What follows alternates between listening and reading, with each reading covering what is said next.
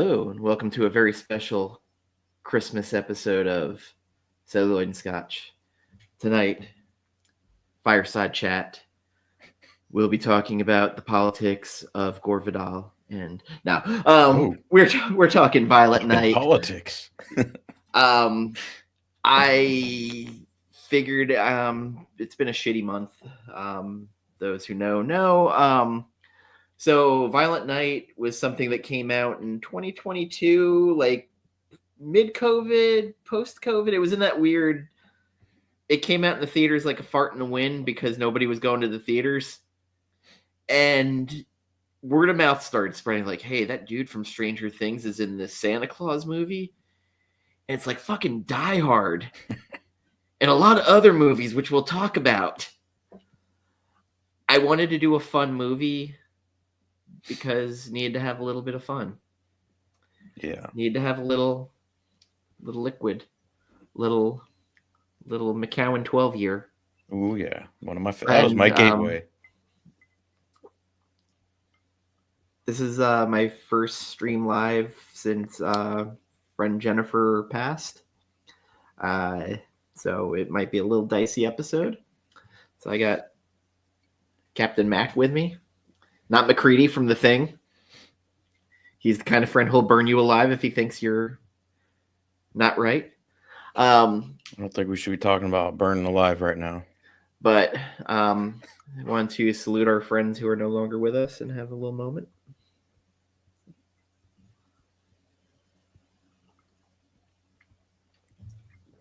Woo! Woo! Excuse me, I gotta do a Ric Flair. Woo! So we picked Violent Night. It's been a while since we've been live. Yeah, when was the last time we were live? It was like a month or so ago. That's it? It seems like it's been forever. I think it might have been Deadpool Wolverine. It might have been a little sooner than that. Terrifier 3. So that's right. October-ish. Yeah. So around October-ish. Yeah, October, November. So how did you find out about Violent Night? Because it was one of those weird... Hey, what's up, Chase? Dang, awesome. I must have sent him your link earlier because I don't remember sending it today. But Chase, good to see you, buddy. Merry Christmas Eve. Thank you for joining us on a very special Christmas. Yeah, thank you for joining us. Thanks for getting me out to the Iowa Wild. That was a blast. I'm going again in January. Iowa Wild, what's that? Yeah, it's sub pro. Well, it's a semi-pro, I think, hockey. Oh, so I don't know if you have it where you're at, but fucking Arena League games are so fucking fun.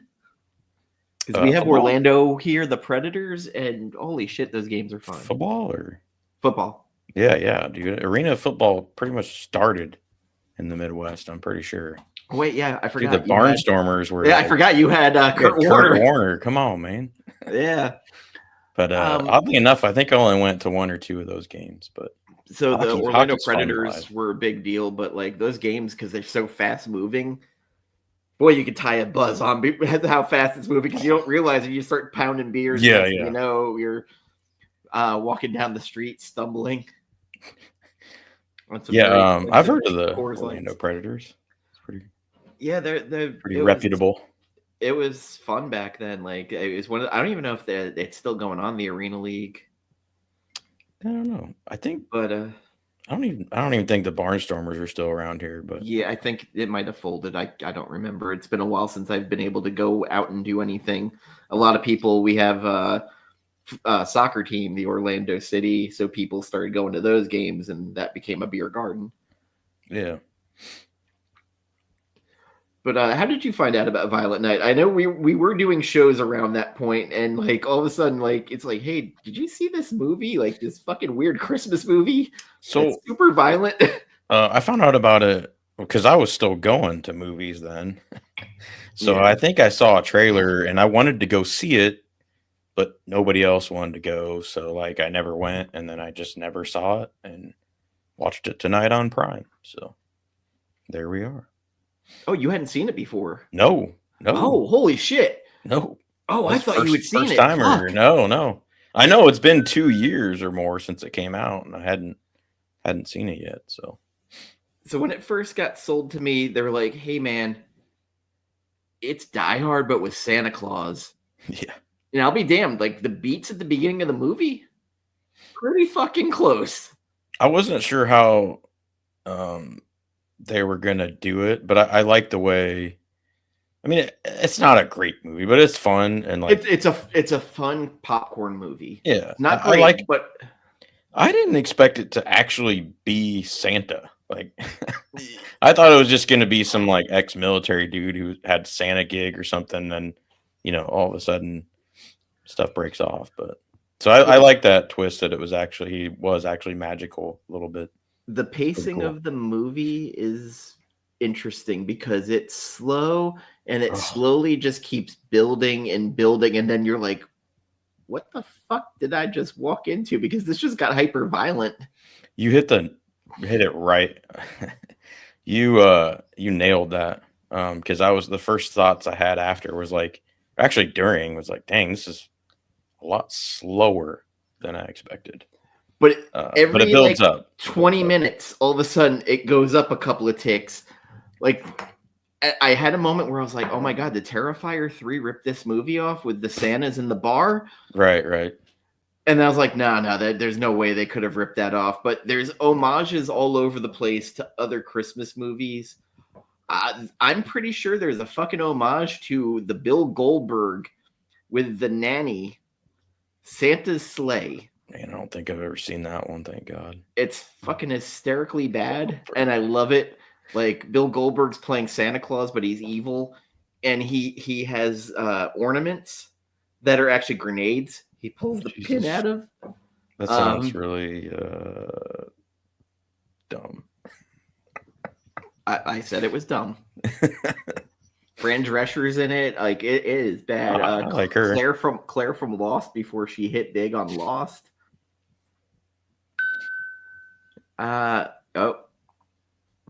Yes, Gore. It's there true. he is. It's damn true. I am excited. And the Batman too. So I'm not sure what this person was referencing, but I saw a tweet that said, "Will Christopher Nolan's Odyssey be as good as the Coens?" And then they had pictures of, I don't know, 4 Coens movies, or I don't know if it was all from the same movie, but I was like, what? Coens didn't do Odyssey, did they? No. Maybe they're kind of being like facetious or something. I don't know. Oh, it went above my head. I'm sure Gore would know. But I'm sure Nolan's gonna have the best actor. Well, I wanted to respond. I was like, it's Christopher Nolan. I'm sure it's going to be better than the Coens. But I didn't know if they might have been just being facetious. They might have been just being facetious because the Coens have their weird like quadrilogy. Like John Carpenter has his Apocalypse trilogy. Gotcha. So like I feel like the Coens might have their like personal Odyssey movies. Right. Where art thou? What? Above my head, Chase. I'm not that good. I don't know. Oh, brother, where art thou is? Brother, where art thou is based on the Odyssey. Oh, right. I still haven't seen that whole movie. My parents watched it a lot when that came out, and I couldn't get past the banjo music and stuff. It was really annoying. So, like, I always was. That soundtrack sold so well too. Which they love it too. But so I have to check that out though. Also, that Martin Lawrence, Eddie Murphy movie Life also sold really well. The soundtrack to that. So this movie in particular, the family get-together scene with the actor guy who's like, "Oh yeah, I played a military guy in a movie once, Semper Fi." God, that was very cringy to get through. There's so many stereotypes they have going through, and then when he's introducing the little kid Bertrude, where he's like, "Yeah, he had his first sexual harassment. They had to pay away." Like they introduce the characters in such a weird way, and we have drunk Santa, and they show real early when he steps in reindeer shit. So I just want to throw in, because it's relative. This week I had my red flannel work coat on, my red work hat, and I was walking out the hall to go to work, And some chick goes, "Hey, Kris Kringle." And I was going to be mad about this. Is before I trimmed my beard. It was still fairly long. I was going to be mad about it, but I was like, you know what? That's kind of a compliment. So that's cool. Would you like to see a package? No, she was, yeah, we're not going to go there. But anyway, she was an elder, I believe. Not sure. So we get into the disillusionment. Santa is, the kids are all greedy. They don't care about Santa anymore. They don't care about the holiday. Shit. I knew Chase was going to ask that. It's next on my watch list. It's funny because at the end of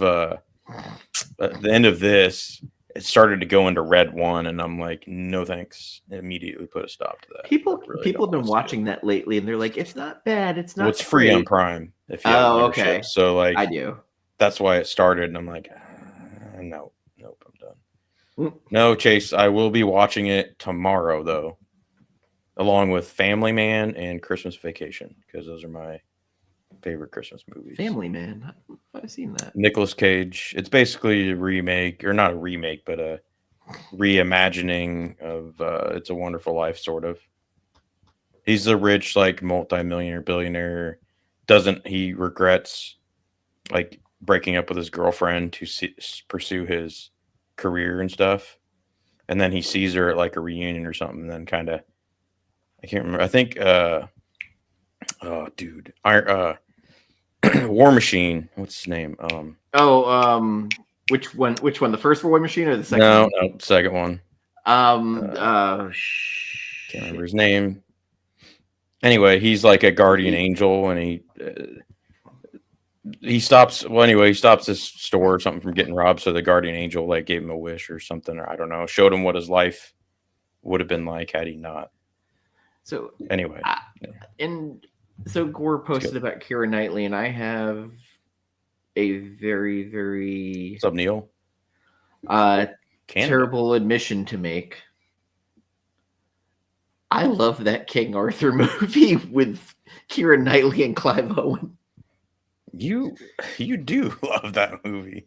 I'm gonna have to check it out.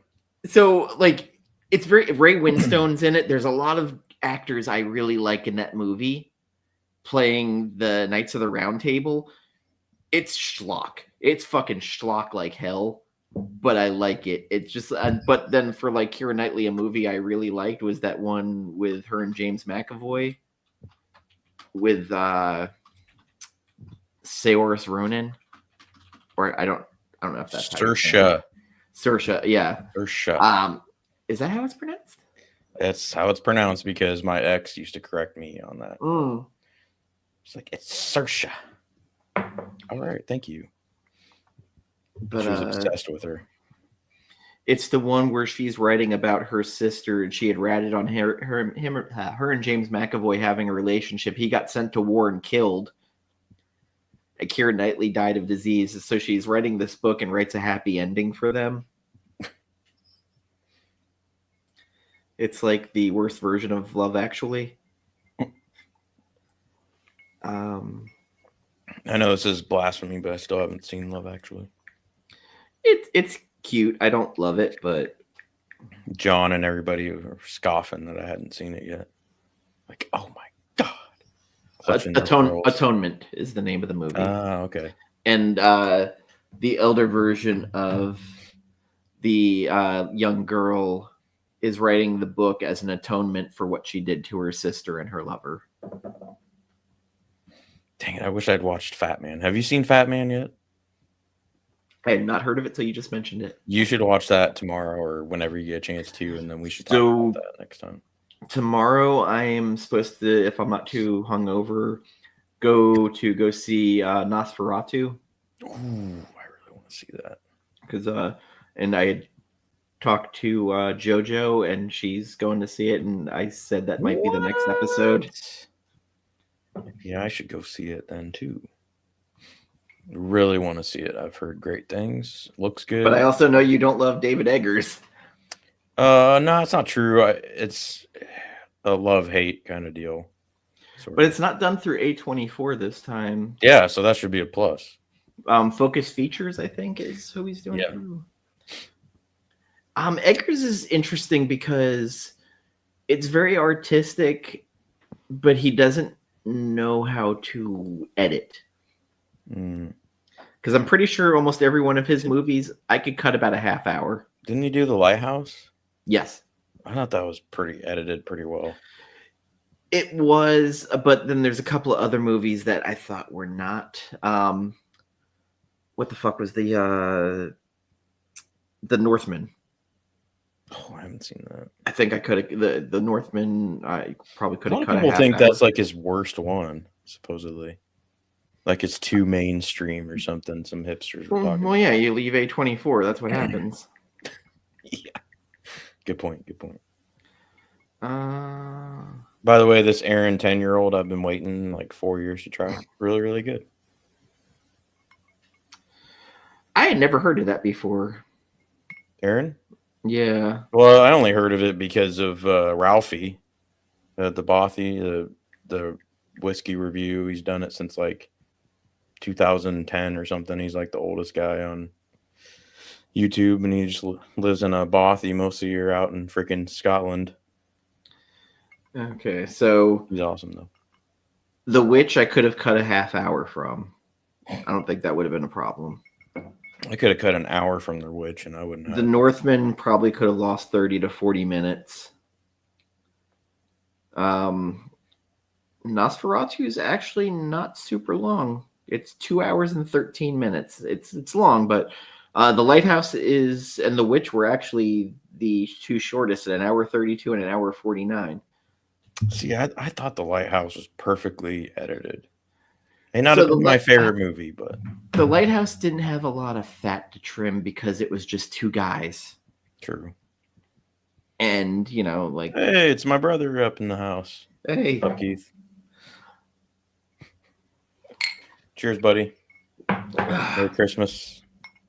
He went to my grandpa's tonight. You're not drinking bourbon, are you? No bourbon tonight, bro. It's the show is called Celluloid and Scotch. But we drink bourbon and whiskey.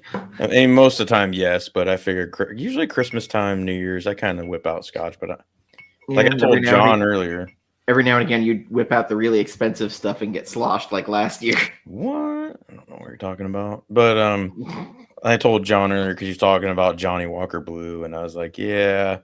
I saw it on sale at my local store for like $1.99, but then I was like, do I really love Scotch that much? Nope. I'm not a huge Johnny Walker fan in general. I had Johnny Walker Red was the first one I ever had. Yeah, I know I've mentioned this before, but it tasted like wet cigarettes and piss in my mouth. So I was like, yeah, I'm not really into this. There's a reason why it's the lowest. Is that a familiar taste for you?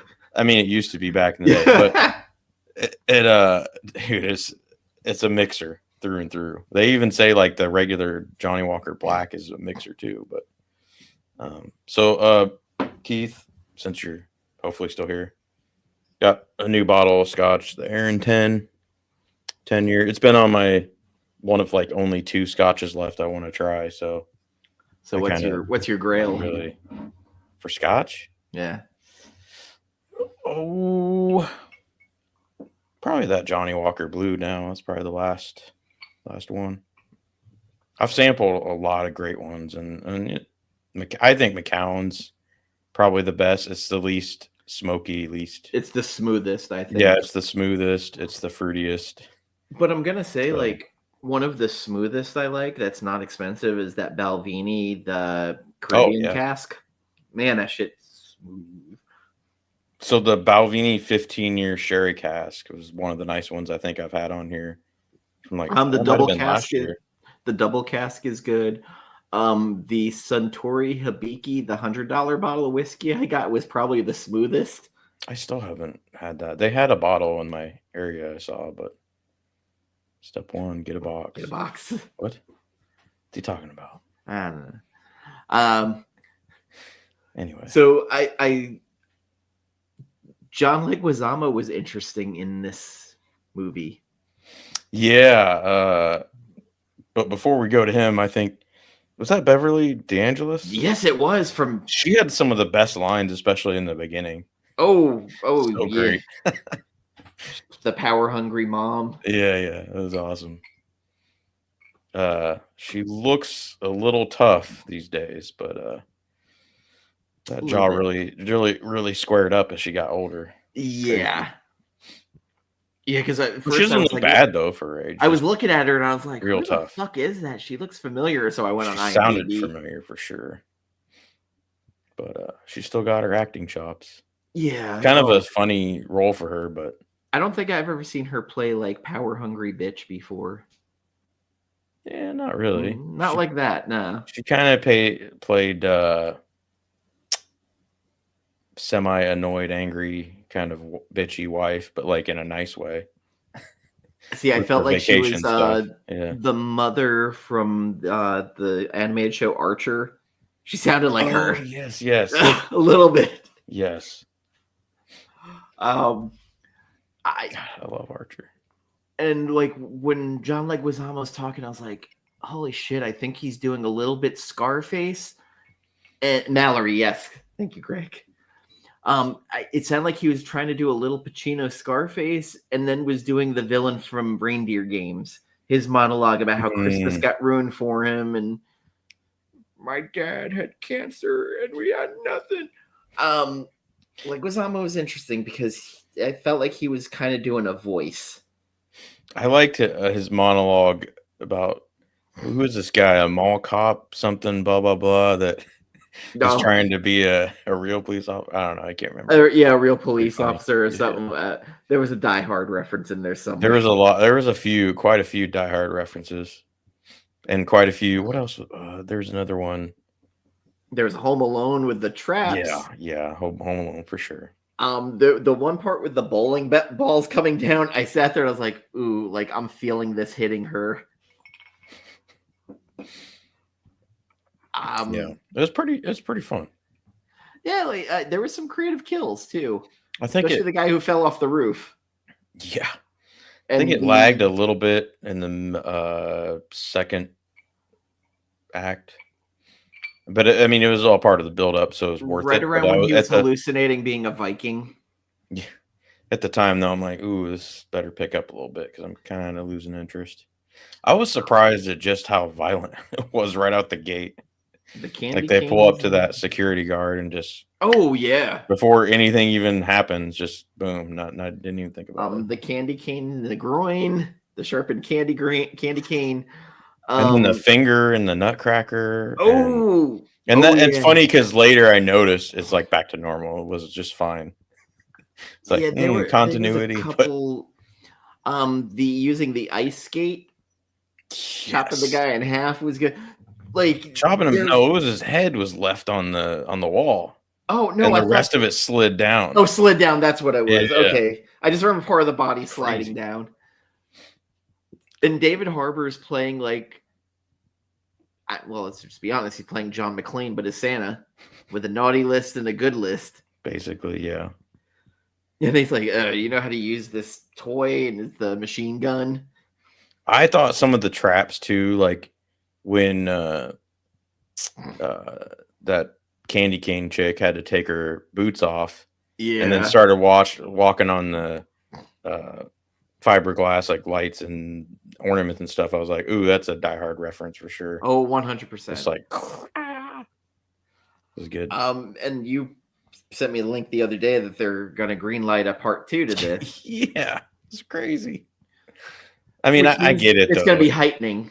It'll probably do better because different times now in theaters. I think. And it's had time to grow its audience on, because people I work with, I guess that follow the channel, which was weird. They were like, yeah, like you're doing Violent Night. I love that movie. And I was like, oh yeah. They're like, where's it streaming? I was like, oh, I don't know. I actually own the disc. I couldn't tell you. By the way, if there's anyone left here, thanks for hanging out with us. Merry Christmas. My brother's probably. Oh no, the boys might be going to bed here soon. There's 7 watching right now or listening. Yeah, listening probably. You don't need to look at me. You can just listen. You can watch Dan. The whole John Leguizamo fight with Santa Claus was interesting. I was kind of shocked. I didn't think John Leguizamo would do that great, but he held his own.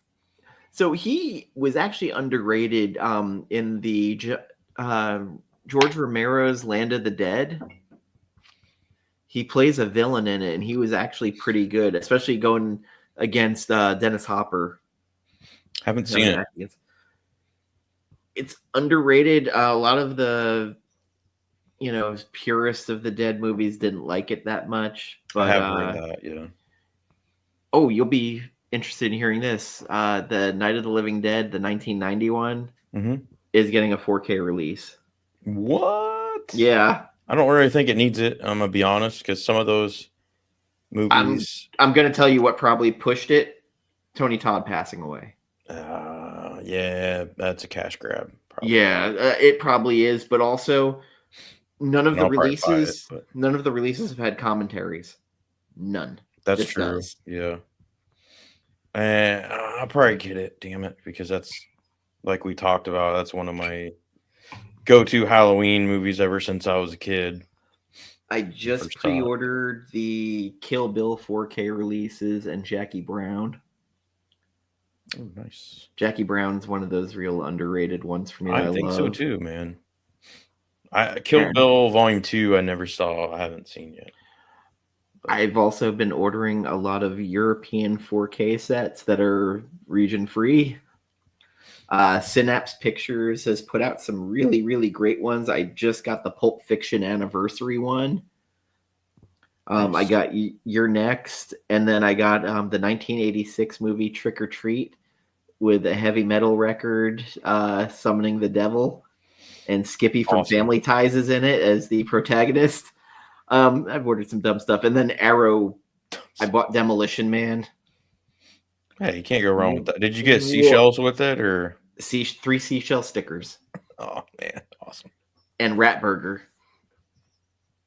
Arrow has been putting out some dynamic releases. Carlito and I both have our Terrifier sets on the way, so expect to probably see pictures or video of that.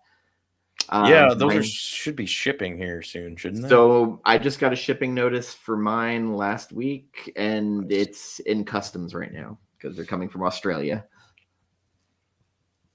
So I was hoping I was going to have to pay extra duties on that, do we? I didn't know. It's already paid for. Yeah, I thought it was part of it. Yeah. That's why the shipping was like close to $30. I wanted my I wanted my glasses. Be excited about this, not Christmas related, but I know what you did last summer with Jennifer Love Hewitt returning. They're going to do a sequel. I hated or a requel. I hated those movies. What? I mean, you got to like J Love, though. I mean, come on. Yeah. What I did love more was the Scary Movie making fun of them. I did see that. That's pretty decent. One of my coworkers, Arsenio, who sometimes shows up in our chat as the Black Delegation, him and I will randomly start quoting Scary Movie, all the race scenes. And especially the part where, like, the end of the reveal, where he's like, and just so you know, Ray and I are gay. He goes, no, I'm not. But you took me shopping. I needed clothing. But you took me to dinner. I was hungry. We went to that nightclub. They play good music. You suck mine. No, you suck mine. You made love to me. Whoa, wait a minute. And then like putting on the shirt. Does this make me look gay? No. All right, how about now? There's so much dumb shit now. Yeah. That's some good stuff. I haven't seen those movies in probably. So we had a white elephant thing at our work yesterday. Hey, we did that on Friday. So Arsenio, who's one of my fellow supervisors, he picked all black exploitation movies from the 90s and 80s. So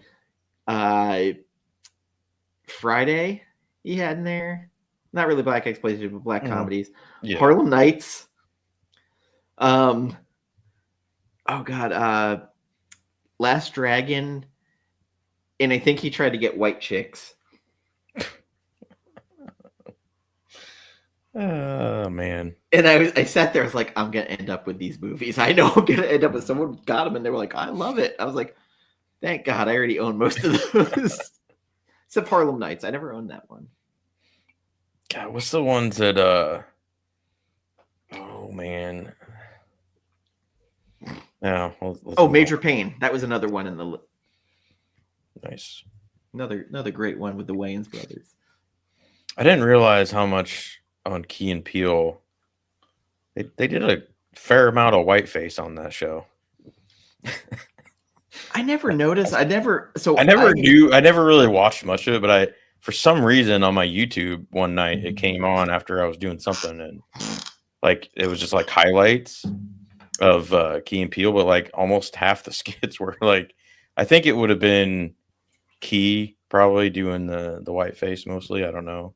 He played like a white cop who was like shooting all the black dudes, but then letting all the white guys go. And just stuff like that is real weird, but it was kind of funny. So I was like surprised. Where do you put this in your like Christmas pantheon of movies? Would this be in your top 10 of like shit you'd watch, or like if it's on, you're not going to turn it off, but for Christmas? Yeah. I'd throw it in the top 10 probably. I mean, Die Hard's number 1, Christmas Vacation 2, Family Man probably 3. Do we have Gremlins in that? Technically a Christmas movie. I don't.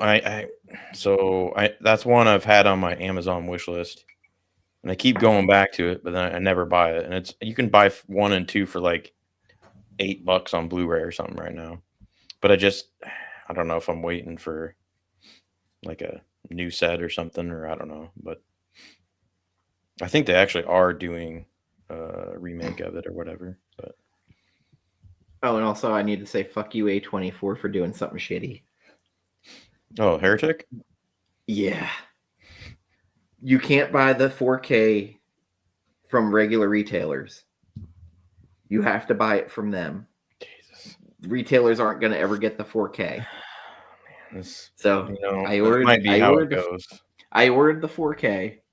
They did send me a digital redeem, but you have to use it the A24 site, which pissed me off a little bit. But Heretic is one of those movies that I bought because of Hugh Grant. And I never thought I'd ever fucking utter those words. I bought a movie because of Hugh Grant. I don't think I own a movie with him in it. But if I did buy one, if I liked the ending, I probably would have went for Heretic. But he's so fucking good in that movie. Is. His delivery, how he's so charmingly evil. Yep. Very very tense. And gore, I agree, that is a good Christmas film. I'd probably throw that in my top 10 too, but I usually watch that around Halloween for some reason. I don't think The Shining's a Christmas movie. Like it's in the snow. I don't remember it being Christmassy. I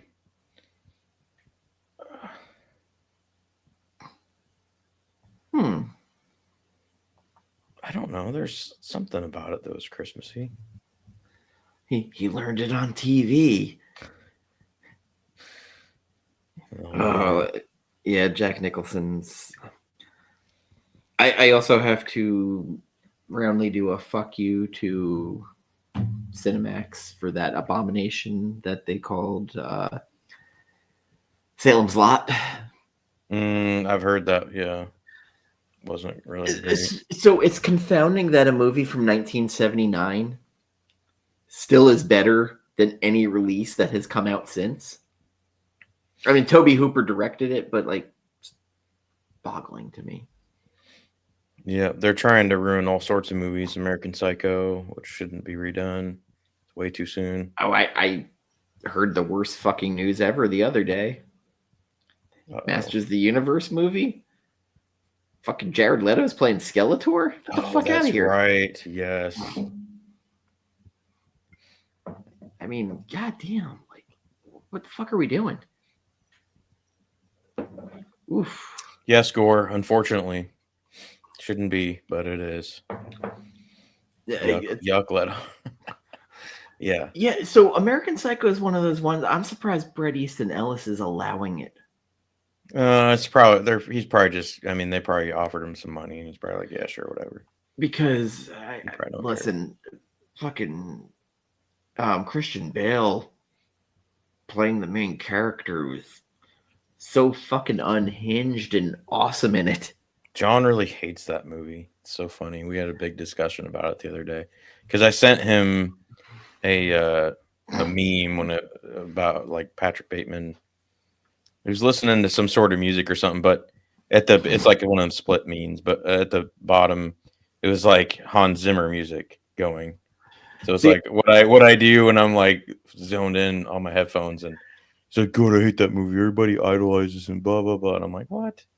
No, it's made not to be idolized. Hello, Hey, Sheena or Inja Sheena or and Inja and Ninja. Sheena or both. Merry Shinja. Christmas, Shinja. Oh, I think I came up with their anime name, There Shinja. you go. Oh, dude, that's perfect. Um, You should get some royalties in the future. I've loved American Psycho, but not the movie as a whole. But I love parts.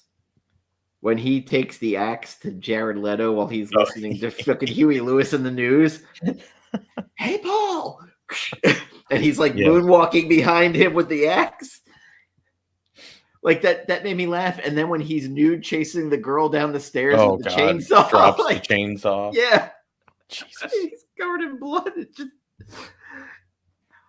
But it's probably why I'm not dating anybody right now, because they're just like, he's laughing about someone butt naked on it. It's covered in blood with a chainsaw. It's a book. It's a movie. Yeah, I don't know. It's a whole nother discussion, but so there was Bret Easton Ellis memes when Age of Ultron came out, because they're like, holy shit, James Spader's in a movie with Robert Downey Jr. Not since he pimped him out for drugs during Less Than Zero have they been in a movie together. And someone made a meme with Ultron going, so I'm going to take you to a party. Everybody's cool. It's going to be a real cool time. And it was just like, I started remembering that scene from the movie. I was like, oh my God, I'm having flashbacks from Less Than Zero. God, I just love James Spader. I hope he comes back and does Ultron again. I've heard rumors. Well, we know Josh Brolin's coming back as Thanos for something, so. Thank you, Gore. I'm glad someone remembers Less Than Zero. I don't know if I've seen that. It might have been a little before my time, but I have heard about it. But I should check it out. It's very good. It's very depressing. I think it was basically the death of the Brat Pack back then with Andrew McCarthy. I think it was Jamie Gertz in it. Oh, if you and Gore say it's good, I got to add that to my list. But you have to be in a good mindset to watch it. You have to be in a real fucking good mindset, because... What do you mean by good? Like, probably if you're having any, like, a bad day. Oh, gotcha. Don't watch it, because... Fuck, man, even if you're having a good day, like, it's so depressing, because this is the height of, like, 80s Reaganism. You're fucking right, Gore. It is a Christmas movie. Oh, shit. And famously, in the beginning, it uses LL Cool J's I'm going back to Canada. I saw someone on Instagram today. They found a screenshot of a little Christmas tree in the background of, like, one scene in the movie, and they're like, oh, so this is a Christmas movie. And I'm just like, no. Doesn't count. I think, well, technically Iron Man 3 is a Christmas movie. Oh, God. So one of my coworkers who's a movie fan, but mostly bad action movies. So he loves Shane Black, I'm sure. Not for this movie, but him and I we will quote back and forth all of the Mandarin parts when he's making those infomercials. Mr. President. Infomercial or commercials. Kind of where he's like, those are threats. Do you know what happened 10 minutes ago? I still remember seeing the previews, and I was like, holy shit, they're really doing the Mandarin like justice. He's going to be a formative opponent. He's a fucking while the Braves were gone, the soldiers came in and slaughtered the tribe. Yeah, And I I did think, you know that. what? I'm not gonna lie, especially now. That's one reason why Shang-Chi has really dropped off for me, is because they brought Trevor back for that. And it's like, I love the actor, Sir Ben Kingsley, but God, I hate that character. I really do. So I do love Ben Kingsley, his acting chops to be able to go from one extreme to the other. I mean, yeah, Oh. that's But if he stayed in that infomercial version where he's like, "You'll never see me," he would have been fierce, man, fierce. And I disagree with the whole notion. Oh, you can't do a character. I don't think there's any better time where you could have done a character like that because people would have hated him, and he would have been a perfect villain. But oh, we can't and do that. they still could have done Not the too twist that he soon. wasn't really the Mandarin; he was a puppet of the Mandarin. Well, yeah, still, I guess. They could have, Too. and that would have been. I think that would have been better accepted. You know what it felt like to me, and I wasn't even a huge Iron Man. Also, comic. thank you for watching our Violet Night commentary. That's now turned into It's turned into random, just Christmas movies spiel like we do. Yeah, Chris, we should talk about Lethal Weapon next. But yeah, fuck.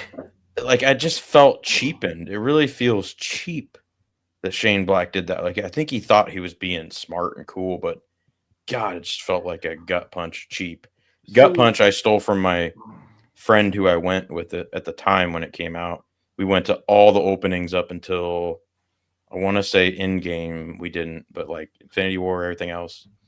But he said walking out of the theater, like I was like, dude, what do you think of that? Like you're the comic book Iron Man expert. He's like, it's like a fucking gut punch with the Mandarin. I'm like, oh shit. And the more I thought about it, the more I agreed with him on it. So I had that same reaction when I walked out of Man of Steel originally. There were parts I really liked. Like I loved all the Krypton stuff. I would have watched a whole movie of Russell Crowe on Krypton punching the fuck out of Dragonfly shit. And then we get to I bought that, by the way. Oh shit. I do need to get that on 4K. I think so. I bought it for my brother. Comes out in January. I pre-ordered it. I bought it for my brother for Christmas a few years back, and then I just kept the Blu-ray because I bought him the Blu-ray originally too. But I know how much he loves that movie, so I bought him the 4K. So we swapped. He gave me his Blu-ray, and I gave him the 4K. But I should probably get that on 4K too.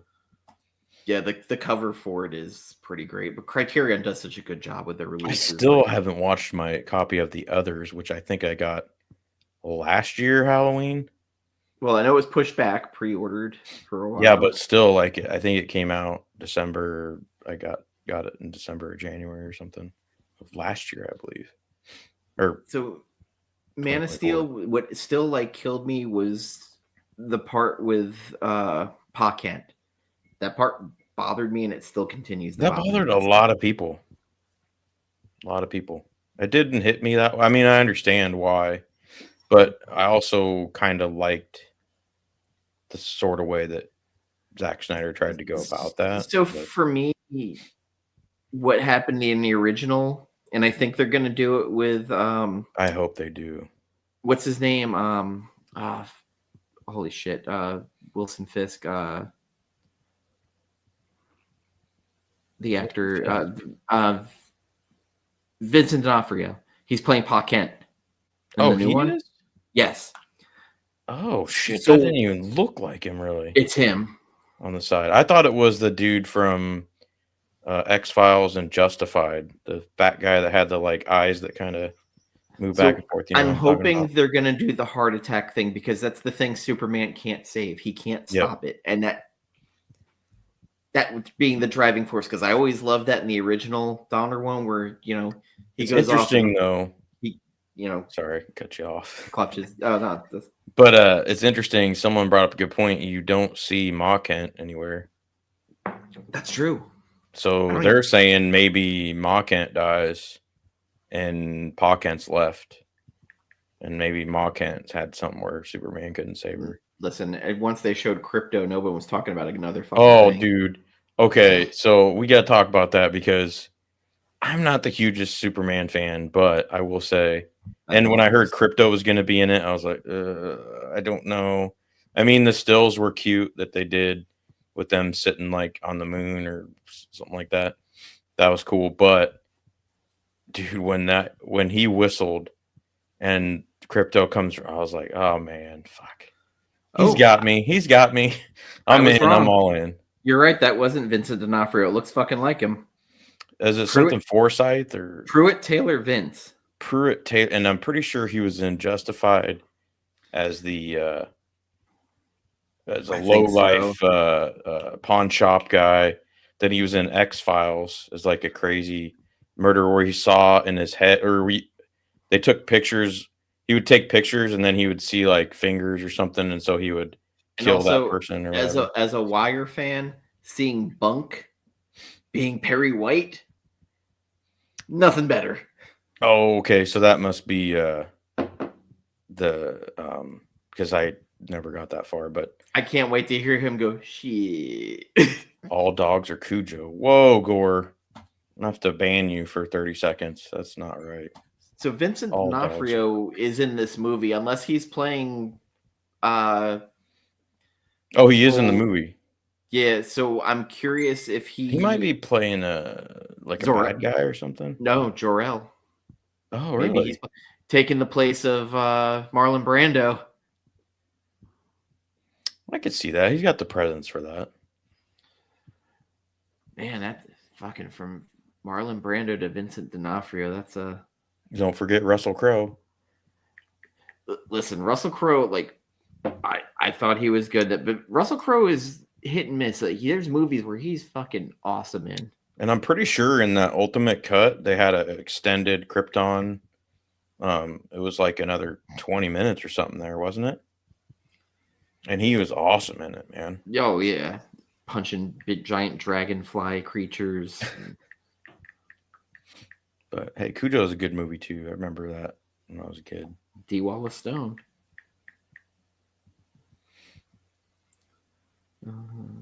Just because of Cujo. I'm not sure you're a dog lover if you like Cujo, though. That movie fucked me up as a kid. But we were talking about Shane Black. So in the Shane Black verse, there is another director, writer who got tied in with him, who also got canceled because of him. Fred Decker. He was one of the co-people on Predator. He did the Predator or the first? Well, he was involved in the first Predator. Then he got involved in the Predator. His career got ruined doing RoboCop 2. That he kind of got forced into doing.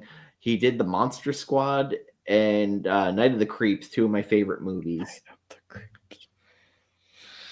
Never saw either of those, but I'll have to add Monster Squad. So Monster Squad is basically Goonies, but with the Universal monsters. Sounds all right. It's great. It is fucking great. One of the best Draculas ever playing in that. Night of the Creeps. Yeah, I heard that. Gore. Great. That was a documentary I saw somewhere too. I mean, fucking Brando. They talk about The Godfather where they had extras with the lines stapled on their back. Yes. Ooh, I gotta rewatch that too. So I don't know if you know, but I gotta wrap up my top 50 favorite movies that me and Gretzky and John are gonna do a series on. We can probably only do 10 at a time, so it'll probably be like 5 shows. But Hack the Movies did Godfather 2 about a week or two ago. Mm-hmm. So I'm sure that show was like 2 hours long, them talking about it. The Godfather 2, there's been numerous studies of, so when like male movies or whatever, when men watch movies and stuff, Godfather 2 got the highest testosterone levels after watching it than any other movie. So that's all I'm gonna say. This is me just shooting out there. Did you like the flashback parts, or did you like what they considered the present day parts in that movie? Both. I liked them both. Loved them both. I really like the younger Vito parts, just because it was interesting. But anything with Frankie Two Angels, I love. With the,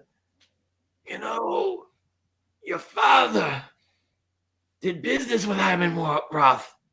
But he didn't trust Simon Roth. Yeah, he ended up selling them out, sort of, for a second there. And Fredo, where'd you find this place? Oh, Johnny Ola showed me. Fucking He fucking Fredo. himself. I hope my brother's never a Fredo. He'll never live to tell it if he is. It's not what I want, Michael. But you won.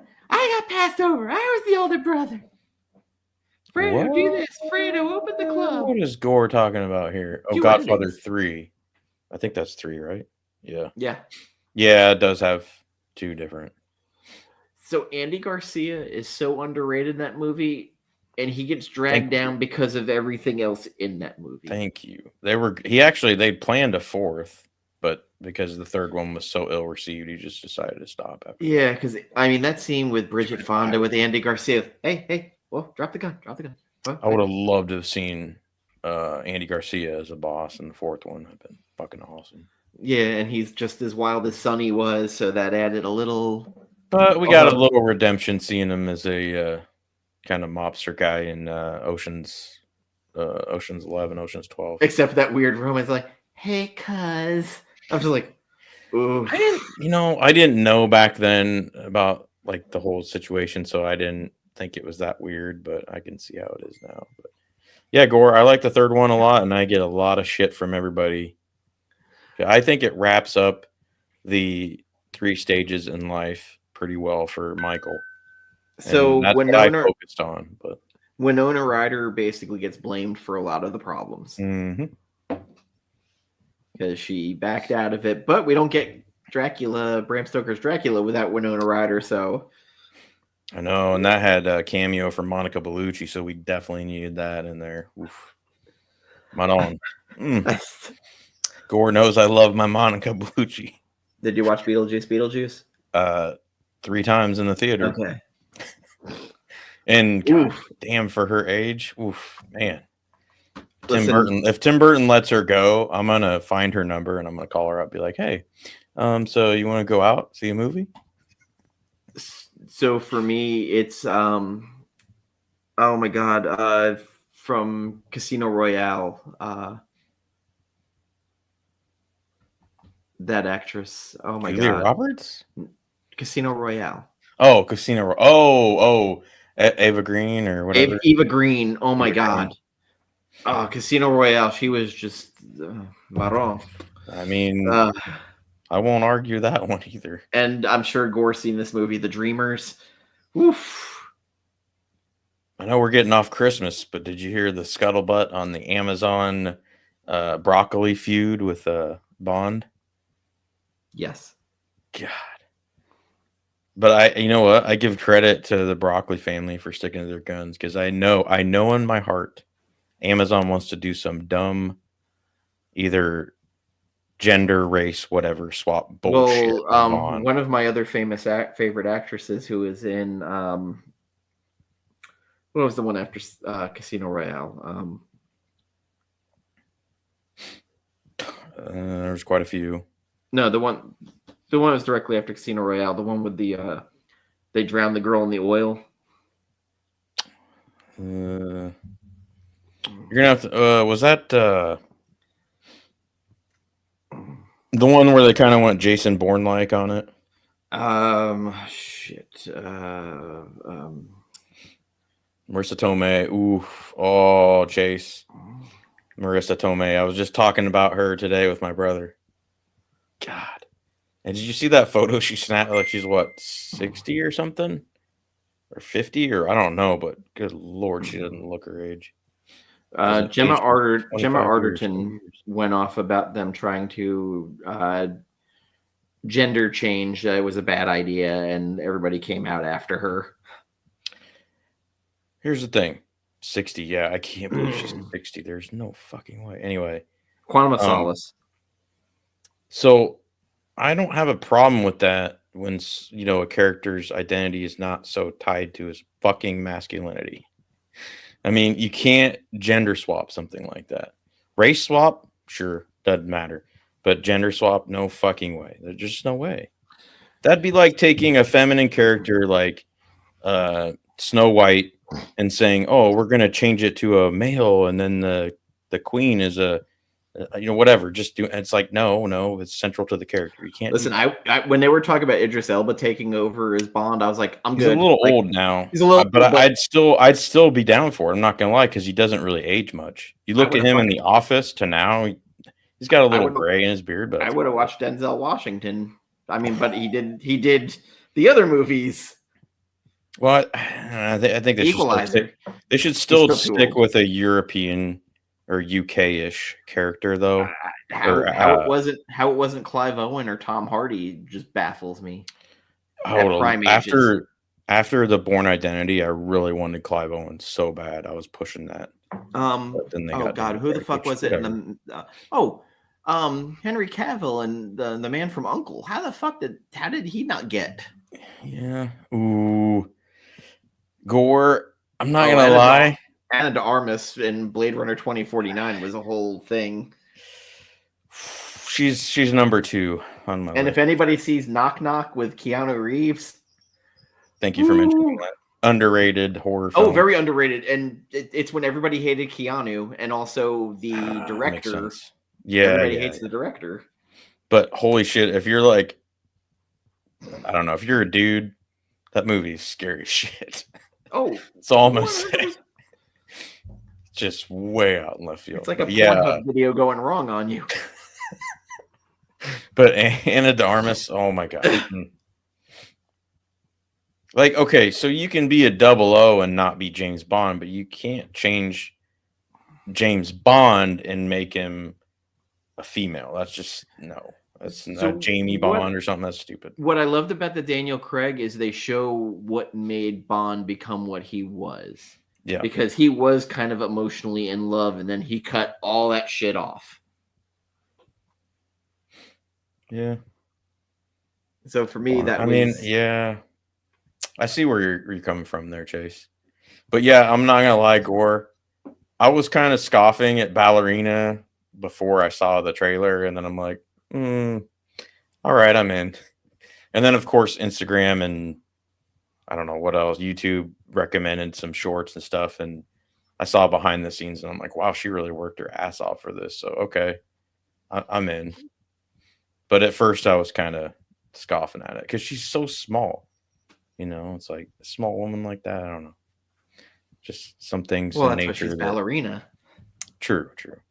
But and I like that they're bringing in Keanu to kind of help train her a little bit. But then again, I mean, if you watch Bullet Train, some of the women in there were tiny and were badasses. No, I'm not saying they can't be. It's just I was thinking they were going to make her into a John Wick, but just a female. But I like that she has her own identity. Bullet Train was a John Wick movie on like meth. Meth and probably a little bit of cocaine and a little bit. Yeah. Ooh, I don't want to talk about Crank. I hated that movie. I know you liked it. So I love it because of how fucking ridiculous and how Jason Statham. It's so ridiculous. And then when they had one of the writers on the How Did This Get Made podcast with Paul Scheer and all them. And he talked about how they wrote that movie for Nicolas Cage and they couldn't afford him. So you start picturing, I want them to remake shot for shot that movie, but with Nicolas Cage. Just remake the whole first one with Nicolas Cage and just to see what it would be. Which Nicolas Cage and Longlegs. For by the way, when's the next Face Off supposed to come out? I thought they've been talking about it for like 8 years. I gotta go watch. Yes, I'm gonna watch Fat Man. Hey, thanks for coming, hanging out with us, Chase. Appreciate it. Yeah, talk on Monday for sure. Merry Christmas. Go wild. And Armis in the commercial music video 3,000 miles. What's this he's talking about? Bright blue Berlin sky. It will be worth your time. I'll YouTube that. Yeah, I didn't realize one that she was from Knock Knock. And then I was like watching Blade Runner 2049. I started looking her up. I was like, oh my God, it's her. You're right though. Like Blade Runner 2049, I fell in love with her, which is weird because she's like a AI. But then again, like I had the weird thing. She is a real person. So I had the weird thing with the girl from who played Lita Battle Angel. Oh yeah, Rosa. Rosa. I can't remember her last name, but I'm watching it and I was like, and then Was I it saw her without the Flores weird. or? I saw the weird her without the CG, and I was like, holy shit, she is stunning. Oh yeah. All they did was just basically exaggerate her features. Yeah, but the way she emoted and everything, like, made you love that character, which is, again, James Cameron. The fuck, man. Like, Oh, is that the 4K behind you there, Violent Night? I didn't even notice that. it's just the Blu-ray. Okay. Guess, is that a cigar? He didn't even smoke a cigar in the whole freaking Candy movie. cane. Oh, okay. Sharpening That the was candy cool. cane. I liked when they added the sharpening the candy cane when that was in his mouth. That was pretty cool. Rosa Salazar. Rosa Salazar. Okay. But I was just like, man, like, forget about all this fucking Navi shit, and let's just get back to the world of Alita Battle Angel, because you can't introduce fucking Ed Norton and end the goddamn movie. No, the second one's coming, isn't it? I keep hearing it. Was the script was done. They're just working on finalizing a deal, I thought. And production had actually already, like, pre-production had started, I thought. But anyway. So I know the script has been done for about 3 years now. Modesty. Is that Blaze or Blase? Blaze. But it could be Blase. We never know. Well, there's no accent on the E, so I'm gonna assume it's just Blaze. Okay. My brother probably stopped in for like 2 minutes and was gone. He's like, "Who are these fucking losers talking about movies? I don't know what they're talking about." Not drinking bourbon, drinking scotch. It's what I do during the holidays. You got no family. So I'm just talking about bullshit. Correct me if I'm wrong, Gore, though. If you add an accent on that E, that's how you spell blase. Just want to make sure I got if that it had right. the proper affect, yes. Yeah, affect or accent or whatever you want to call that. But it wouldn't be an umlaut. Omalaut. It's weird. I haven't been in the Christmas spirit this year. I skipped my holiday party at work because, well, I almost skipped it. I'm glad I didn't. I will say it was not the greatest this year. A little bit. I think a lot of people were down on morale this year a little bit. So okay, so it's just not my store. It wasn't just you. It wasn't just It's kind of the thing a little bit, I think. So it's understandable, Yeah, I got questioned why I didn't go. I won't forget, Gore. I was like, I don't know. My friend just passed away last week. I think I'm not in the holiday mood. Yeah. I Gambit, the piece of art he made for her, he made a print with a private link for people. So I have a 16x20 coming of Jen. Does he still have that up? He took it down after 48 hours. Gore, thank you.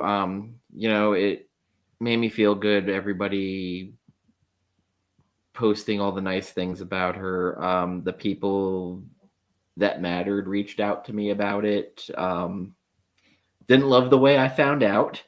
That could have been better. Tessa, Sheena,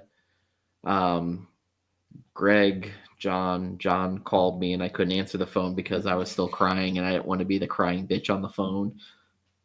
I had to make some hard calls to other people like Gambit. I had to call Cinia, the whole old Doonover crew.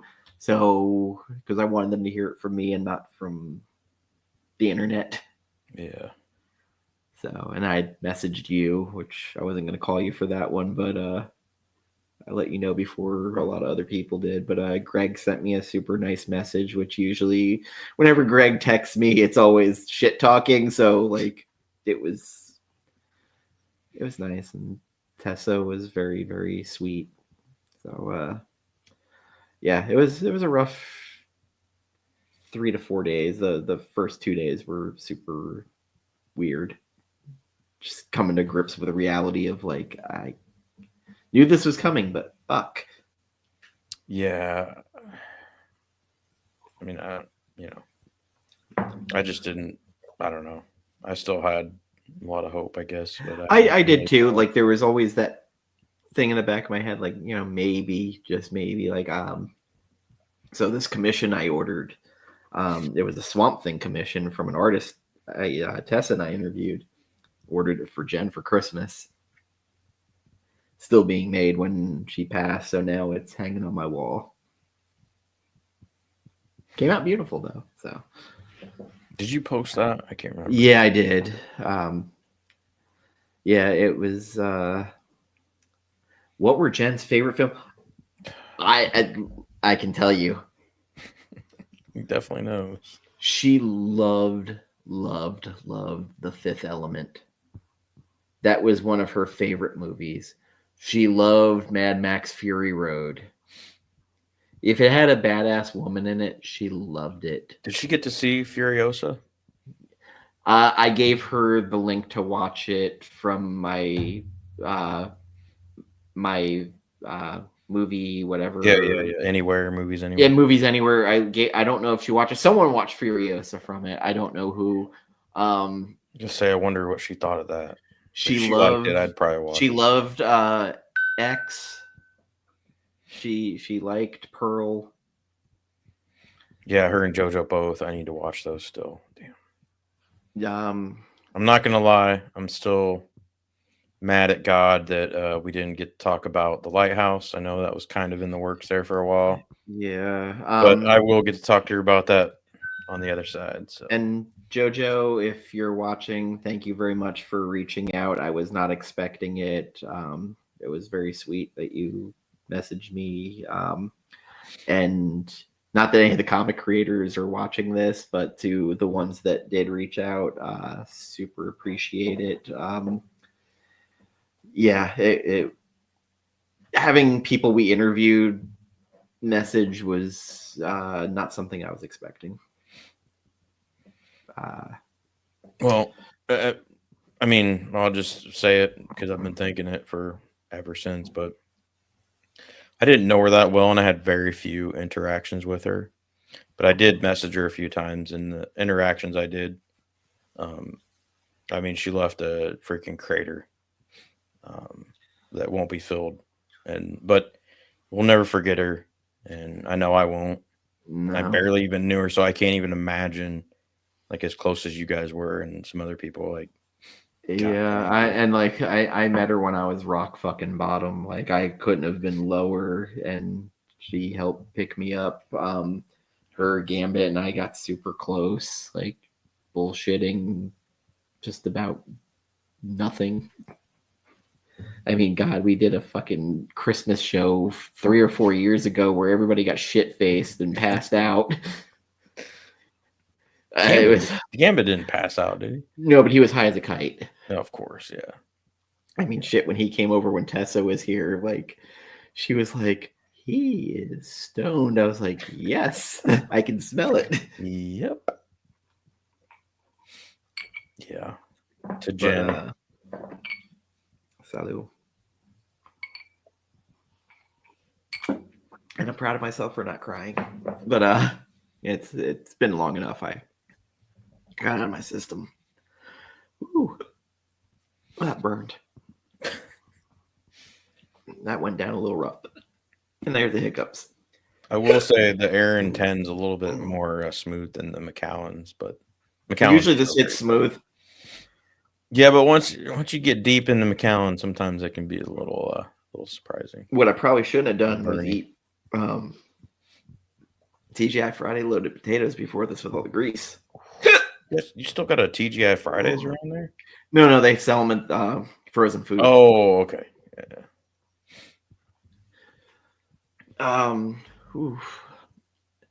Let's see. What was some other? Jen loved Clive Barker. Oh yes, you guys did a show about Pinhead and stuff, right? We talked about it. Or maybe just I know I've watched. And she very much loved Candyman. That was one of her favorite movies. The original Candyman, not the remake. Right. She loved the Jordan Peele movies. Oh yeah. She would go see classic cinema every now and again. Like she went to see Barbarella. Love Star Trek. love Star Trek. Like I do more than remember that. I'm not a huge Star Trek fan. Like that was her thing. I was always more Star Wars and My dad was a Trekkie, so I obviously am biased. also Battlestar Galactica. I think I was a bigger fan of than I even realized. That was even the old '80s show, late '70s. I don't know if Jen did, but I know you said I should watch that, and I still haven't yet. But the early stuff was really good. The seasons of that show, and then it started, like most I wonder do. if Gore watched any of that stuff. I bet he did. Probably. Beans. It was a lot of drama, like interpersonal drama on that show. Was it Beats, Battlestar Galactica? Trying to think of what's his face from The Office. Oh God, God, Dwight, yeah. Shroot Farms. What else was another one she talked about a lot?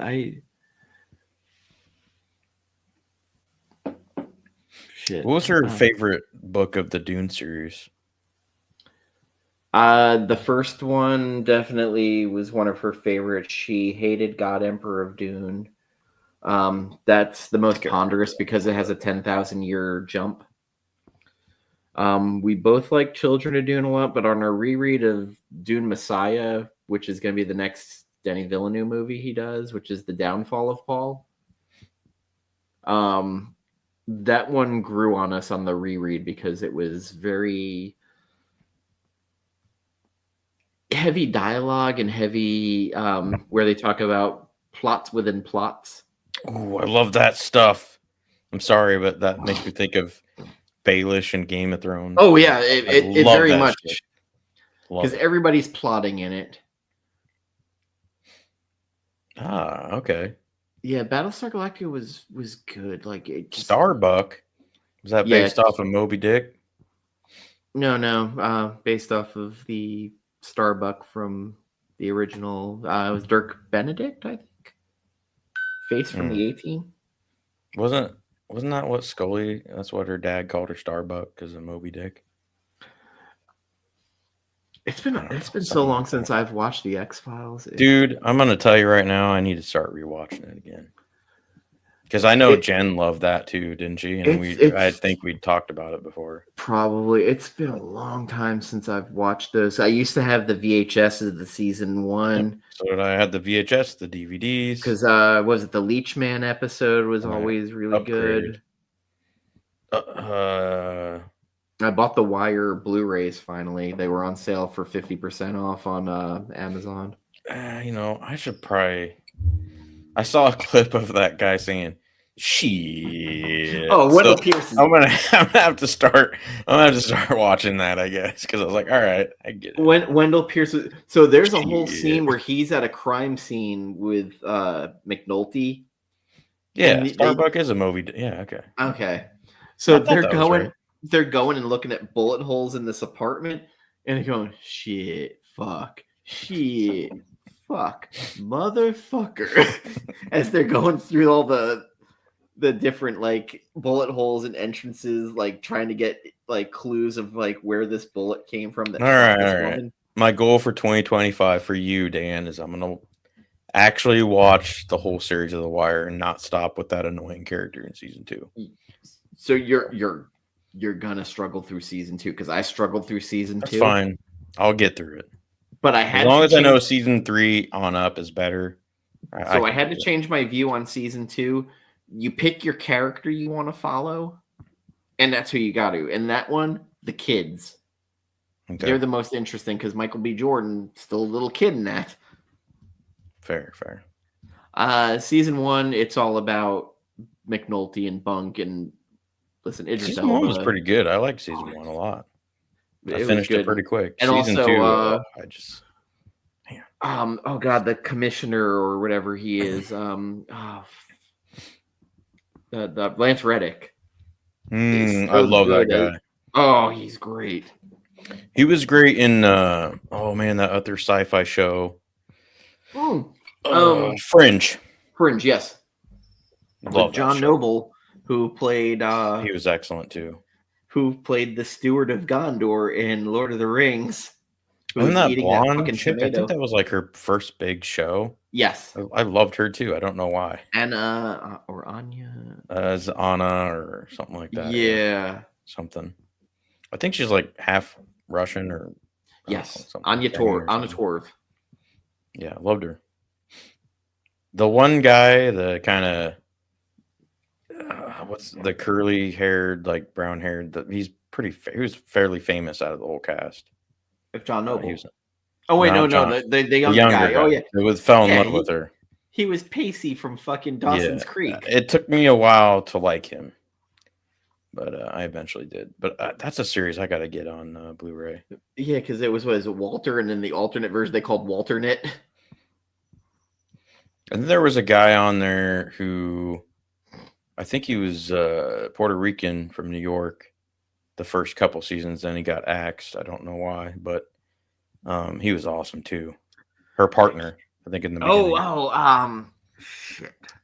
But he did some movies and stuff. He was actually pretty good, but I don't know what happened to him. He kind of, I don't know, fell off somehow. But I've been watching. I've been watching Letterkenny before I go to rewatching Letterkenny before I go to bed, and I need to get out of that habit because I think it's making me dumber. So I need to get back to some sci-fi deep thought stuff. So I watched the last season of Black Mirror. I have not. I haven't had Netflix for over 2 years. They did a werewolf episode, which was fascinating. It had to do with paparazzi.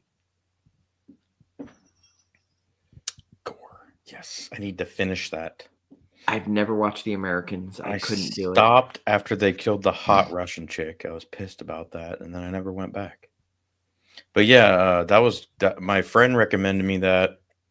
Probably, I don't know. It was already done with its run, but I think it was on Prime for free for a couple years.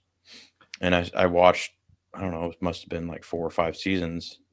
Really good. And then they killed that Russian chick, and I was like, I'm done. Yeah, yes, Nina, yes. Yep. It was very realistic. That's at first it was tough for me to watch it, but then I kind of relinquished and I didn't watch it in too much at a time. Kind of took my time with it, but yeah, characters are great. Writing was great. So I think I watched the what was it, the Blacklist. I watched that instead of that. Yes. Love the Blacklist, James Spader. Excellent. Although the last couple seasons got a little, I don't know. That final episode of the Blacklist, though, so fulfilling. Didn't see exactly how it should. Oh, dude. I won't spoil it for you then, but it was so worthwhile. Like I tweeted and Instagrammed and Facebooked about that. I was so pleased with it. That's one of the shows. So despite this last 2 seasons, which I think, so the main character, the FBI agent, relative of James Spader, that had been killed off because she wanted to leave. I thought, oh yeah, this is gonna go to shit just like X-Files did after Duchovny left. But and I'm not saying that as in the X-Files episodes weren't still good because they were. Robert Patrick. He was great, but it wasn't the X-Files anymore. It was something else. So, but it became a spin-off of its own show. Yes, sort of. The Blacklist, even if the last 2 seasons weren't as good because of that, the final episode couldn't have ended better. And I'm gonna actually, that's one of the things I'm gonna buy when I get my bonus is the Blacklist on Blu-ray.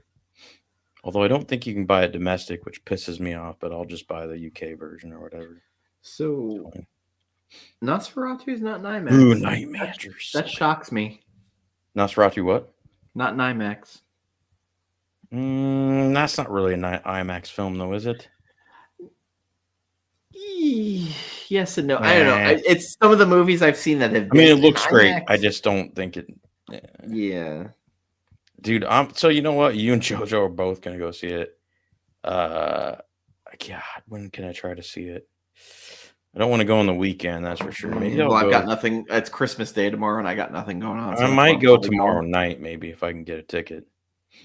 But Oh, yeah, you're the gonna go. Night Manager Gore, You're gonna go that see show was Sonic 3. awesome. I actually, you know what? I need to rewatch the Night Manager. And you know what's funny? Hugh Laurie clips from Dr. House keep showing up on my YouTube, and I've never watched that show, but the algorithm must be so good now that it's recommending me stuff that I should watch because I almost want to watch that. Even though my old roommate used to rave about it and watch it, and I I'm saw a couple episodes. I'm like, yeah, it's pretty good. pretty sure I'm going to see the re-release in Yes, score. IMAX of Seven. Yes, score. Any Monica Bellucci film should be in IMAX, 100%. No, I've caught a bunch of clips of House where they do like interesting patients and stuff, and I'm like, man, I would like this show. I think, I might check that out. Maybe that's probably on my list now. Seven. I'm gonna go see again. They're doing a re-release of the 4K too, or something, aren't they? The Wolfman. Yeah, I pre-ordered that one already. There's a special edition, the regular. I got the regular edition because I didn't need the special edition. Aren't they gonna do like an extra commentary and stuff on there too? Yes. Awesome. Yeah, there's a brand new commentary. Dude, 7. Oh my god. And it's funny because they said that Fincher was so bitter still after Alien 3 that he just even doing that movie, he didn't want to do a big studio movie again. Really? Well, you know what though? To be fair, it doesn't feel like a big studio movie. I don't think.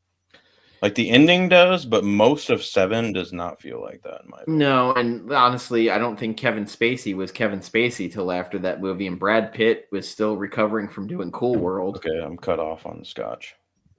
I'm halfway through, so that's not good. Yeah, because Morgan Freeman star, but he was kind of in between movies because since doing Glory, he hadn't been a whole lot that was huge at that point.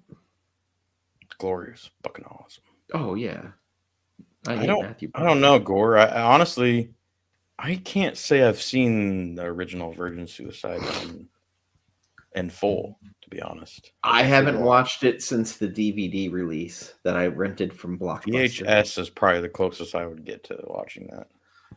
Fantastic fucking score. Air did such a great job on that, and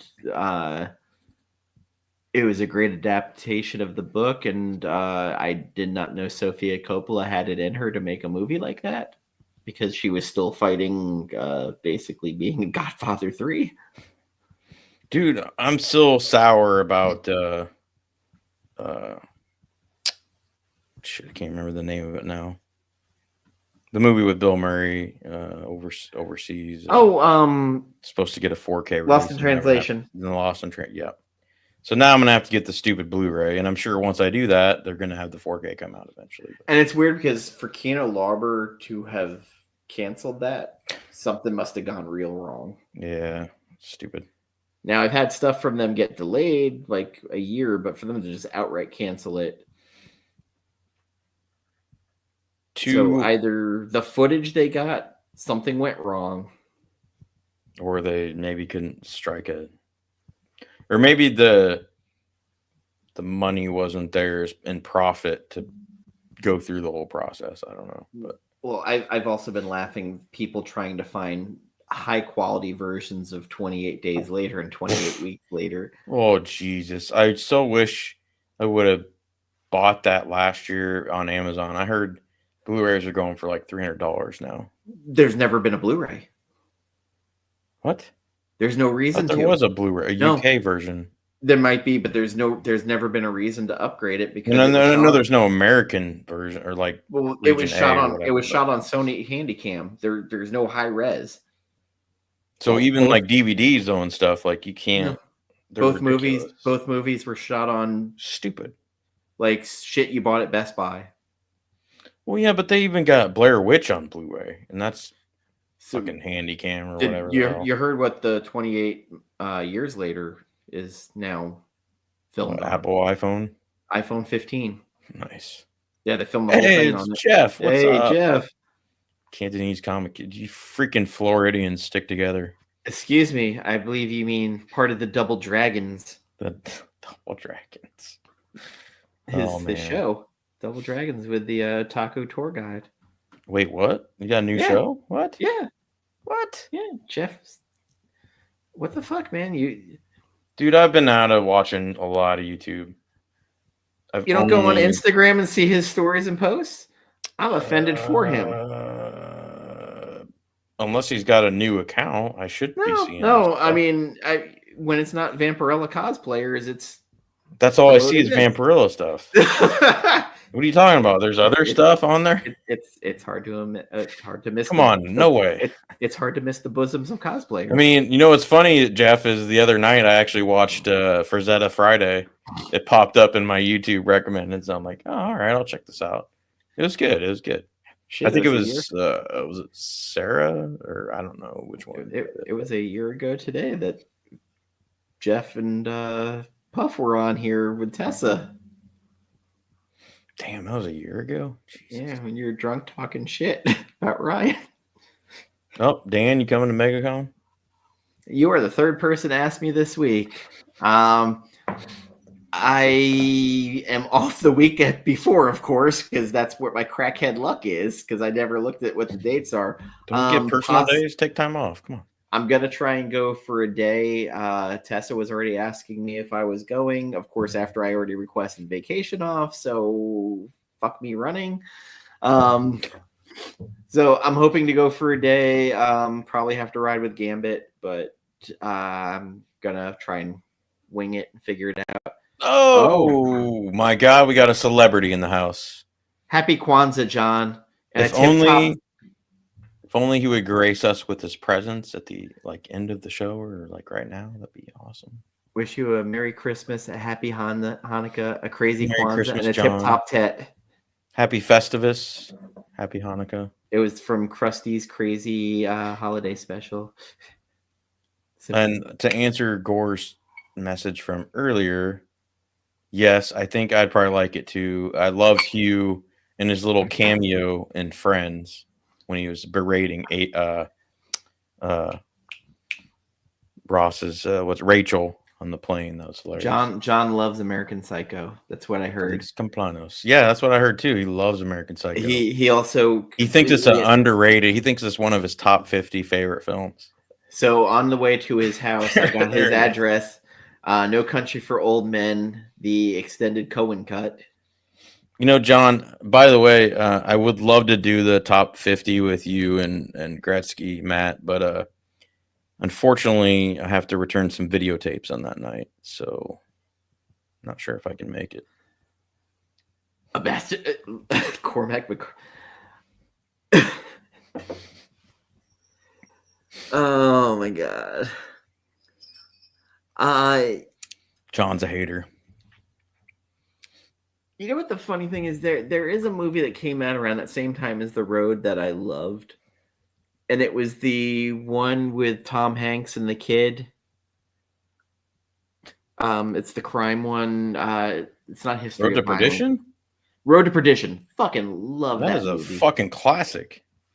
That's one of the best graphic novel adaptations I've ever seen. But that came out right about the same time as The Road. And then there was that fucking abortion with Leonardo DiCaprio and Kate Winslet that just fucking...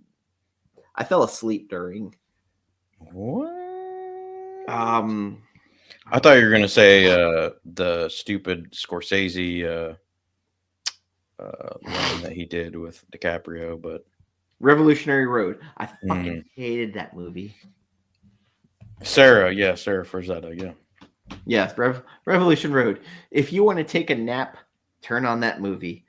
Really? No movie has made me fall asleep faster than that Brad Pitt one. Was it River Runs Through It? Whoa, it's a classic. How dare you? Never made through that movie. How dare you? No movie has ever made me want to take a nap more than Slender Man. Never watched it. Yeah, you don't need to because it's a waste of your fucking time. That's one of the few movies where I'm like, I wish I had those 2 hours back. Looking at Kate. Well, listen, Kate Winslet's beautiful. I mean, shit. Just watch the. Jeff, when is Sarah going to have you on the show and talk about you as a Frazetta collector? That's what I was wondering. Eternal Sunshine of the Spotless Mind. The whole time I'm watching that Frazetta Friday, I'm like, when is she going to have Jeff on? Talk about him as a collector.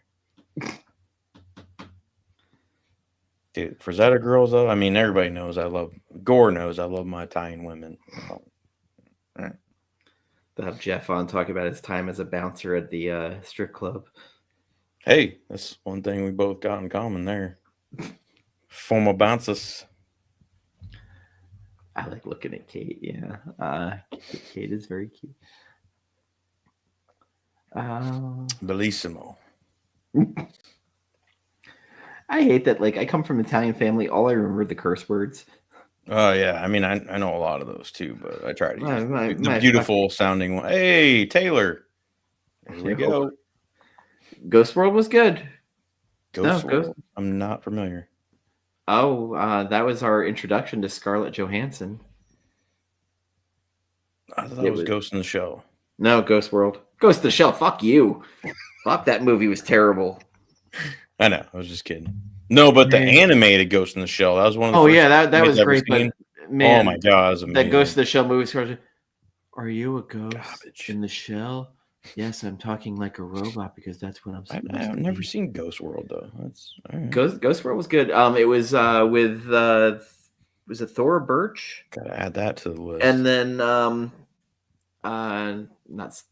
Steve Buscemi. Oh, I love Steve Buscemi. Except for his cousin Tony on The Sopranos. That was his worst. Oh. God damn, he's annoying. The other cousin Tony. But thank you, John, Gore, Jeff, Taylor, for being here. Appreciate it.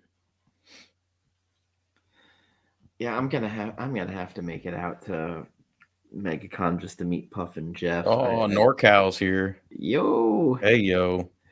How you doing, sir? Isn't NorCal a JoJo fan? I think he's on some of JoJo's streams too. Probably. He's aware of JoJo, especially since she does. Dude, JoJo's such a good person. I can't wait to do the Fast movies with her because I think she actually fell in love with some of them. I'm like, yes.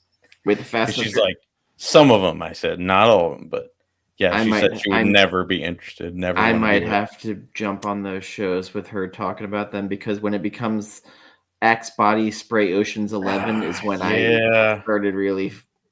And I can tell you exactly the point where that starts happening, and I hate it. But did I send? No. It wasn't that early. It was. I mean, it's close. It kind of was going that way. Is it when The Rock showed up? But it didn't peak until baby oiled up later. But anyway, yes, Fright Night Resistance. Got to put the accent at the end there, Gore, and we got it. Resistance, French Resistance. Right. Anyway, wait. I still haven't seen Fright Night yet. JoJo's all about Fright Night, and me and Gore haven't seen it yet. So what the fuck? Yeah, that's where her reaction is every time too. Like, what the fuck? So never seen. Watch part 1. Like the original, or the remake. The original, okay. And then part 2, Diminishing Returns. I will say the remake though. What's his name? Who played the Penguin? Oh, Colin Farrell? Colin Farrell. He's not terrible, but he's not as good as... He's in the remake? Yes, he plays the vampire. Wow. He's not as good as the guy who played Prince Humperdinck in the Princess Bride, who plays the vampire in the original Fright Night. Gore, I think we're expediently heading towards that. I saw a AI fan made trailer for was it Snow White or whatever, the one with what's her face, Rachel Zegler? Oh yeah. It's supposed to come out Rachel Zegler, like the opposite or whatever AI, and oh my god, I would love to see that movie, but I don't want to see the original. Chris Sarandon is fucking great. Is that Susan's son? He was also in. He was the cop in Child's Play. Hey Taylor, would you recommend Five Nights at Freddy's? I almost watched that the other night. Terrible. Oh, okay. I mean, I know you thought that, but now, Freddy Got Fingered. That is a Merry movie Christmas, that could Punk never. Pal. That is a movie that could never get made today, ever. Oh my god. No, it sure could not. No, like we. I can think of a dozen movies that can never get made today. Also, like that kid gets mutilated several fucking times in that movie. Like it's just so much horrible shit happens to I think my brother liked that movie a lot. They did a Red Letter Media episode of it, and oh my god. I recommend watching that if you're going to. Well, somebody's texting me.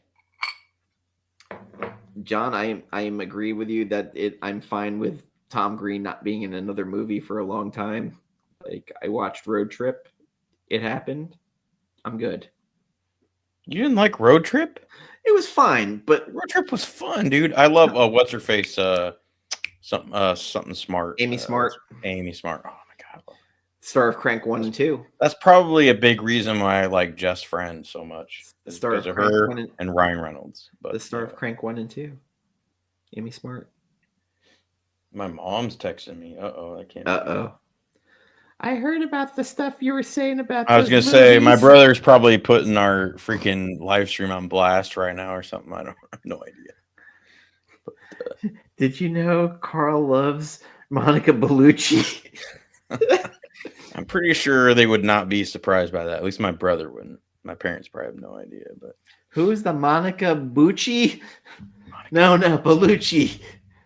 What? God, I just think about her in Matrix Reloaded. Did you say like, Bucciolato? Oh. No, Bellucci. Bellucci. Never get in Don't trouble. get in trouble. No, not in trouble. I think she's just checking in. Like, I think she knows I'm drinking on a stream right now. So she's probably like, hey, how you doing? You still alive? Stay off the drugs. Yes, I'm fine. No drugs, no cocaine. No hooch. Much to John's chagrin. He loves his cocaine, but don't do the hooch. Not John Comics with Kids, but another John I know. John's Comics without kids. John's Comics without kids and without pets. And then John's Comics with young adults. The sequel. Yes. Yeah, I mean I agree with you, Taylor, for sure. You never seen Road Trip, dude? Road Trip ain't bad. Of course, when it came out, when did that come out? I believe I was college age. 99, I think, somewhere in that 99, 2000. Perfect. I just graduated high school, college, yeah. So it hit a little different at that time. I haven't watched it in probably 15 years, I'm sure, but God, I love Amy Smart. Yeah, there was a bunch of movies around that time that were all kind of like the same because there was Road Trip, Man Wilder, and what was the one with Scotty Doesn't Know? Oh yeah, oh man. So this guy I know at work, his name's Scott. I always say, Scotty doesn't know. Every time he walks by and he goes, Scotty does know. I'm like, no, you don't. You don't. One of the greatest Matt Damon cameos ever with Kristen Krug. Was that Euro Trip? Matt Damon. Oh jeez. I fucking own the 4K of that fucking movie. I don't even know why. I only have the DVD. It's puppets. It's puppets. I don't know why I bought it. Whoa. Gore's speaking my language right now. Hold up. I'm gonna have to Italian lingerie. Take a mental note of that right there. Okay. What do you got? Those meta glasses? You can take the picture of it. No. I got a photographic memory, so if I do a couple of winks and take a snapshot of the screen, I can bring it up later. Meta, search Monica Bellucci. Granted, when I drink, it doesn't work quite as well, but what's the one movie with her? God dang it. I think it's like a World War II kind of. We've talked about it before, but I need to buy the Blu-ray of that. You can only get it from Korea, though, so I'm kind of sketch about that. But I mean, it's the unedited. The American version is like edited. I guess it's got more risque stuff in the unedited. Shit, I can't believe that Arrow put out a version of the Triangle on 4K. What's wrong with Triangle? No, I'm just saying that disc has been impossible to find. Oh, dude, I think the version I have is a UK version. Yeah, it's hard as fuck to find. I don't know why. There must be some rights issues or something on that one. But did you watch it, though? You watched it? No, you kept talking about it, and I've not been able to find a copy of it since. So now this one is coming out. If there's a digital version, maybe I'll send it to you. I don't know. Oh, I ordered the disc. It's just going to take Melina. Yes, Melina. It's been on my YouTube, or not YouTube, eBay watch list because you can only find it on eBay. Amazon has some stuff on there, but I don't know if I trust some of theirs. Most of theirs are the American version, so they're edited. But I want the unedited. I want the director's cut. The Zack Snyder cut of Melina, if you will. No, not the Snyder cut. Never. God. She could be 70 years old, and I'd be like, "Yep, let's go on a date. I'm down. Let's do it."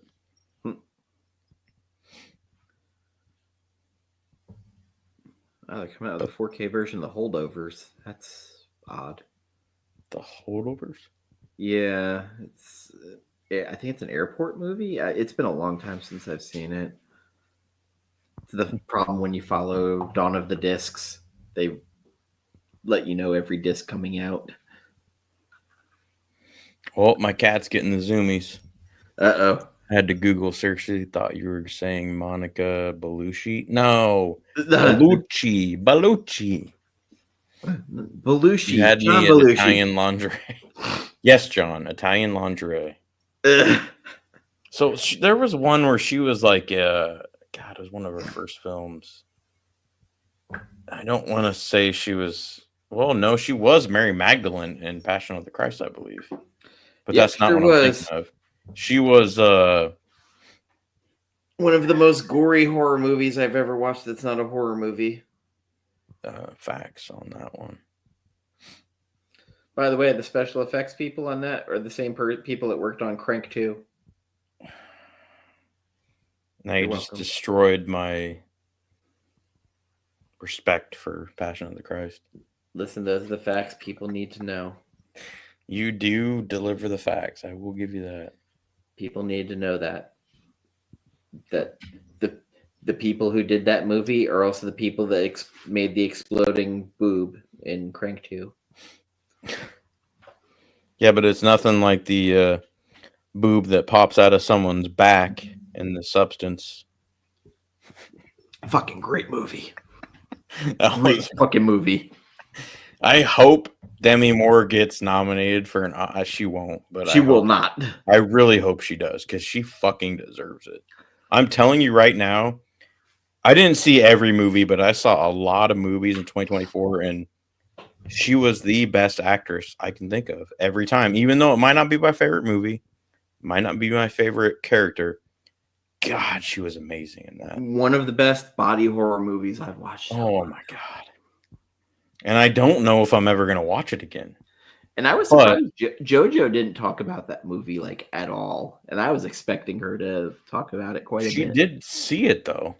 I believe she did. We talked about it privately a lot because we basically had the same feelings and notes on a lot of the stuff. But it's hard to put that, especially on her content, like talk about that stuff. But so I will not watch any Leprechaun if it doesn't involve him. If it doesn't involve him being in the hood or back to the hood, I will not watch Leprechaun. Remember that Leprechaun in the Tree video that went viral? Oh yeah, that kind of racist video that. Oh wait, racist? What? I didn't even know about that side of it. It felt kind of. Oh, okay. Now okay. Yeah, like I know it wasn't, but it felt kind of like some white person made it and was like, "I'm gonna show some really dumb shit." Okay, I can see where that's coming from. So I love Leprechaun like I like Halloween Resurrection. you put some rappers in it and it gets real bad, but they have some good lines. Dude, Critters needs to do a movie with rappers in it. That'd be awesome. I feel like Lil Wayne need to be in Critters. Oh, he'd be perfect for that. I'm casting it. Or like A Lil Jon.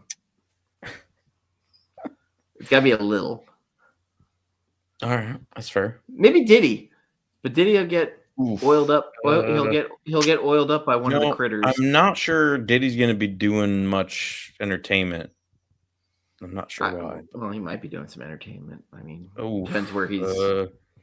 I've heard he's looking pretty thin in prison lately too, which he was getting a little thick anyway. So. Be him and the Booty Warrior. Fleece Johnson. A dark turn. Don't be ending this yet. We can at least go for another 15. So, so Hack the Movie said something on there. I don't know if it's true that the guy who speaking.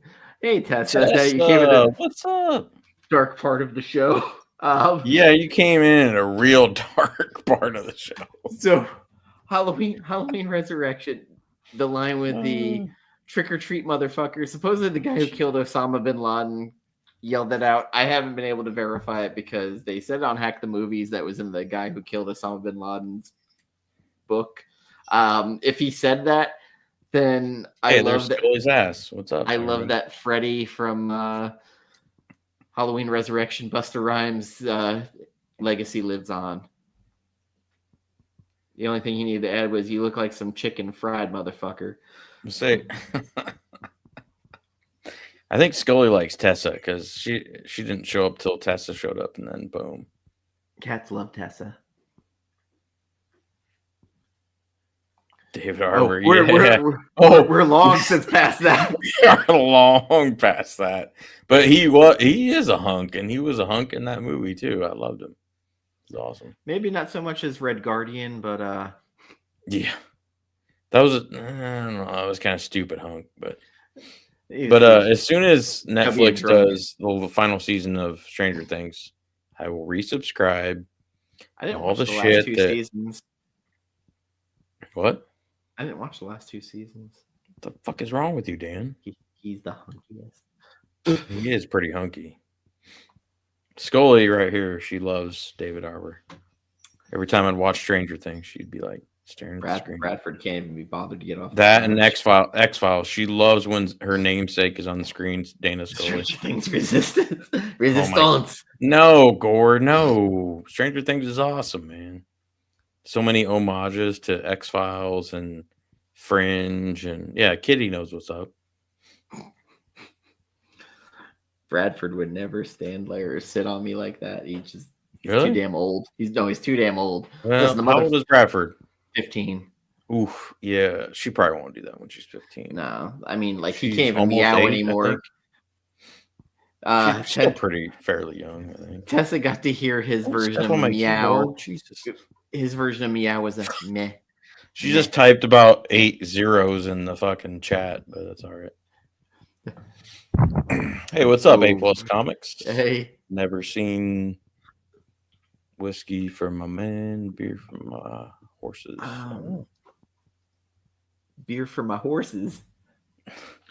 I know you love Bradford. Bradford, you bonded. Yeah, Bradford loves Tessa. She got to hear his full meh. He can't meow. He just does have things to say.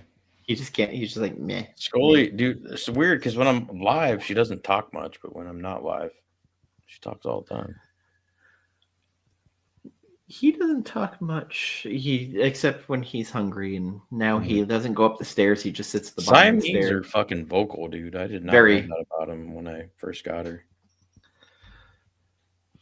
Tessa's been on her reading quest to get her end of 2024 list done. So she's been power reading everything between the Ultimate Universe, both the comics, the Ultimate Universe. She also just finally watched Deadpool Wolverine.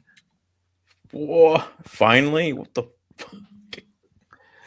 She never watches things when they first come out. Except I for the Meg. get that, but it's been out for like how long now? I think the Meg 2 and Beetlejuice might be the only two movies she's watched like Hey, pretty close to when they Beetlejuice is released. fair. Meg 2, I mean, I still haven't even seen the first one of that. So. We love dumb shark movies here. I hate sharks. God, they're so overrated. I hate them. Anyway, Shark Week is my most hated week of the year. Tessa, Tin Can Society is probably my like number one book of the year, and it's only like 4 issues in. Yeah, sharks are so overrated. She mostly loves Jeff the Land Shark. You know, you're more likely to get killed by a falling pineapple than you are a shark.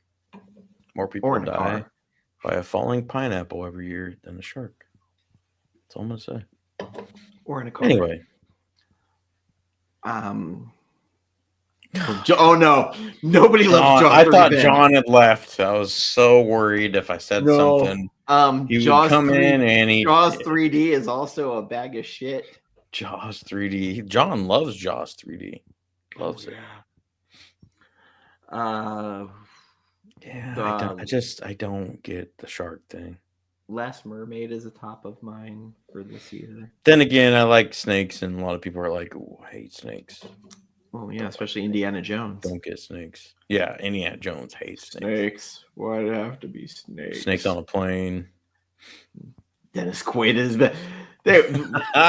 fuck you. Oh yeah, him and Lance Guest. Oh, I thought he was calling me Dennis Quaid. I was like, yeah, I'll take that. No, in Jaws: The Revenge. Oh God, I haven't seen it. Thank God. When Jaws decides that it's going to get revenge on the Brody family. Oh. Ooh, Tessa, not going to lie, I have a very piss poor opinion in relationship with Diamond. I hope everybody has a piss poor opinion of Diamond. Yeah, they basically caused my LCS to close back in the day around COVID and really pissed me off. But John, don't forget, and I think it was Jaws 3D, the one with Michael Caine, and it also had oh my God! Trying to pull that Caitlin Clark trading card, huh? Nice. Good luck, A+ Comics. You know, I got an original jersey. I'm thinking about putting that on eBay. It might be worth a little something now. Get a little money out of that. Yeah. So. Was it Lou Gossett Jr.? It was Jaws 3D. Which one was Michael Caine? Yeah, Diamond, dude. My LCS had so many issues with them before they went under. Fucking hate them. Oh, I used to love having to call in all my short number one hater. Tessa, cheers to that. Appreciate it. I'd say she's maybe like number 57. There's people who've been in the business longer hating them. Hey, John, what do you think of the Odyssey, Christopher Nolan stuff? What do you think? I want to hear John's opinion on that. John loves the book. Oh, Jaws 4. Okay. By the way, John, I'm not finished with my list yet, but I'm close. It's tough. I mean, number 1's easy. Number 50 was easy. Okay, yeah. A little bit tougher. Yes, because Jaws 4 had a Mario Van Peebles. So who's all the cast on that movie? Do you know? Jaws Revenge? No. The Odyssey. I don't think they've cast anybody yet. You think they've cast Odysseus? Get Carter? Not. That's pretty good. Michael Caine's classic. By the way, I just want to say, Tenet, New Year's Eve. Time it up. Oh shit! Get to the end. No, there is a cast already. Yeah, there's a bunch of people in it. Yeah, but I don't know if they've cast Odysseus yet. But Zendaya, Anne Hathaway, Tom Holland, Matt Damon, Robert Pattinson, Charlize Theron, and Lupita Nyong'o. Seth Rogen.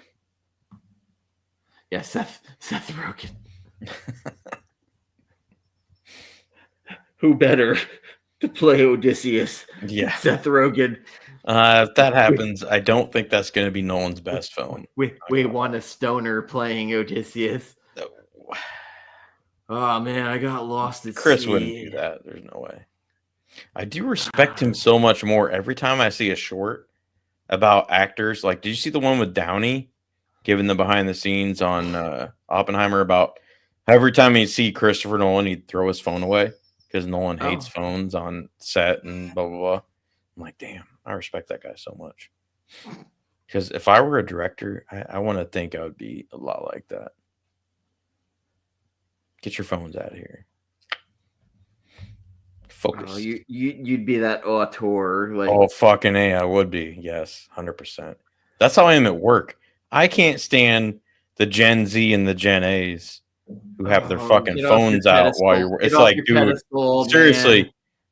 no. I'm a Zennial, Gen X, middle Gen X, Gen Z. Like, I remember when we didn't have phones at work. So get off your fucking phone while you're at work. You don't need to do it unless you're on break. Like, I'm sorry. God, go. I am that Matthew fucking guy. McConaughey. I am that fucking guy. All right. Wait. These I'm Matthew McConaughey. compadres What? sniffing around my Penelope skirts. Oh, I would love that. Oh, That would be Gore. That's my favorite fan cast right there. I love it. I am down with that. be a lot cooler if that giant hit his eye out. On that note, I will say, over the past month after the 10th anniversary of Interstellar. I'm sorry, I just rolled my eyes. I'm not gonna get too dirty, filthy with it, but I will say it's been pleasurable to see generations that didn't know that movie, or even my age people, review that movie because it's the 10th anniversary and they've never seen it, or saw it and didn't think anything of it at the time, rewatched it. Oh my god, man, those reaction videos are amazing. I'm just glad it's getting the respect it deserves, and I think just wait for the 10-year Dunkirk. 20. Oh, dude, Dunkirk, so good. The actually really misunderstood movie of all the ones he did because it didn't fit anything you know what he did.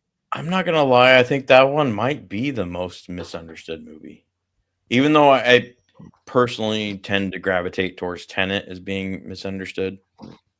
In the general eye of the public, I think Dunkirk's probably the number one misunderstood movie he did. Best sound engineering in a movie I've heard. Oh my god. Plus Tom Hardy's that and IMAX. Oh my god. Tom Hardy's eye acting. And don't get me wrong, I really love what's his face that did the Black Panther soundtrack and did Tenet and Oppenheimer. He's great. Yeah. I really do think Dunkirk and Interstellar soundtracks by Hans Zimmer, hands down the best. They affect the emotion of the movies more than anything else I've ever seen. And actually, I'd even throw Inception in there too. Well, Dunkirk, that song Time. Oh my god. Dunkirk, the Atmos in the theater bouncing back and forth when the planes were going. Oh, the plane stuff was the best. And then the guns, and then as the planes were flying in on the boats. Yes. The best. Even on my home system, which is just the sound bar with like doesn't matter. Dunkirk on a home system or in the theater, one of the best mixing, scoring, sound engineering movies I've ever watched in my life. Which I will say, like Oppenheimer, I feel is purposely messy. The engineering, because Oppenheimer is great. They want it loud and ugly. It is loud and ugly a lot. It's still good, but I don't think it's as best. But when the planes are starting to come in on the beach in Dunkirk, dude, where you start hearing the distance, like amazing, and how it just gets louder as it comes in, and just the people fleeing on the beach, like oh my. And then the mortars and just. I don't think we talk about the sound designers enough of like the mixing in and out. No, like, you can talk about the score with all Nolan, day. like because Nolan's so visual and artistic and whatever. But God, the sound design. But like Inception was loud. Like every time like you went into that other world, you hear that roaring as it started moving. Yeah, Inception. I will say the score is great. I will say at times it's a little too overbearing. kind of like so. Tenet is kind of the same way, but that was the beginning of Atmos, also in theaters. Yeah, that's true. Tenet's kind of similar too, because I know people were bitching about like you can't even hear the dialogue, blah blah blah. Which, yes, there's a couple moments where you can't. You can still throw on the subtitles at home though, and then understand what they're saying. But in the theater, yes, it's a little frustrating. But like John, like I know he thinks Interstellar is his #1 movie of all time, so it's mine too. I'm not going to disagree with that.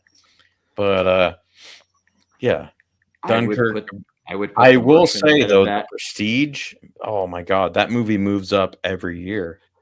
Prestige also was a very misunderstood one when it came out, because you have to pay so much attention of what the fuck is going on that.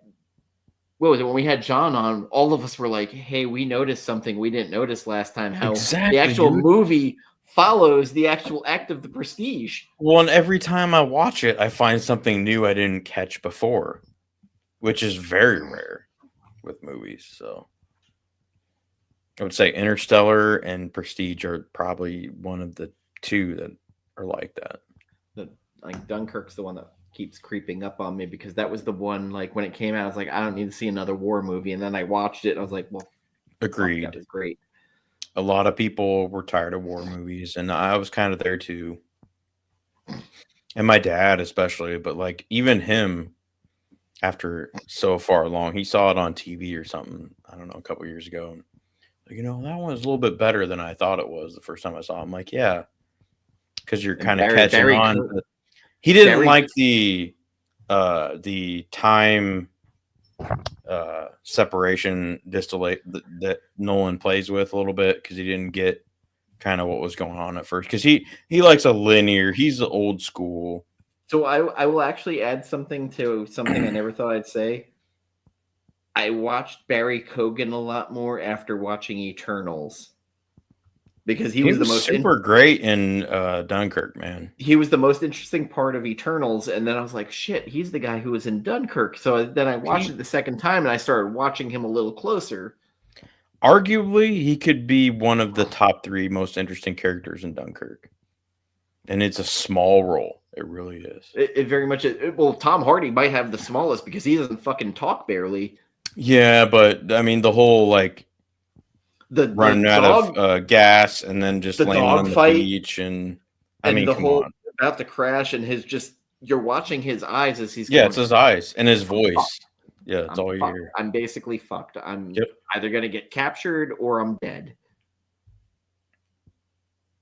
And he lucked out, but he still finds his great. Like, I watched a YouTube video on Schindler's List, which I will never watch again. Oh, no. Which I've only seen, I believe, maybe, I guess I would say twice. Technically, it's probably 1.5 times, but sweet sweaters, you guys. Yeah, I got a goat, and it's got bells on it. You can't really. It's like a screaming goat. It's pretty awesome. But anyway, but yeah, like that's a loaded thing. You just put up, gonna have her sign my balls. Yeah, hell yeah, A+. Dude, Caitlin Clark's worth watching, man. I'm not gonna lie, I didn't really get into her till her sophomore year. My dad talked about her whole freshman year, and I was just like, I don't care about women's sports. It sounds sexist, whatever. That's just how I was. Didn't care. Yeah, but good God, her sophomore year, I heard so much about her. I'm like, all right, I'll check her out. Fell in love with her into the sophomore year, and she is amazing. Ray Fiennes was in a lot of like high-end art movies for a while. Like English Patient was one that it was the movie everybody saw, but no one admitted to seeing. They even made a. I never saw that. I never saw that one. Was Anthony Hopkins in that? Was that English Patient, or was that something else? I think he was in the English Patient. But I mean, I stopped watching Anthony Hopkins after he was in Bram Stoker's Dracula. Yeah, I cut her head off and buried her. What? Oh, fucking Anthony Hopkins. Is that pre-Hannibal? Oh, Bram Stoker's Dracula was pre-Hannibal, so was. So you didn't even watch Hannibal?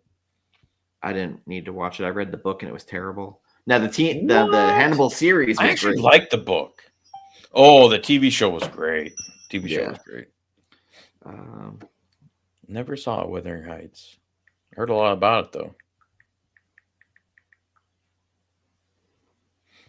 your testosterone was probably too high to watch Wuthering Heights. Yeah, I'd agree with that.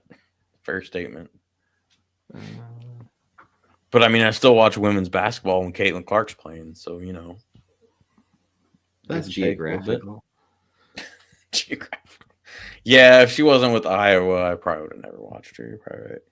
Let's see, Anthony Hopkins. Transformers: The Last Night, probably the weirdest of his. The Dresser, Solace. Thor: The Dark was World. Good. What else was he good in? I was trying to remember the other day. Oh God, Anthony Hopkins! I forgot Anthony Hopkins was in The Wolfman with Benicio del Toro. That was shit. Had potential.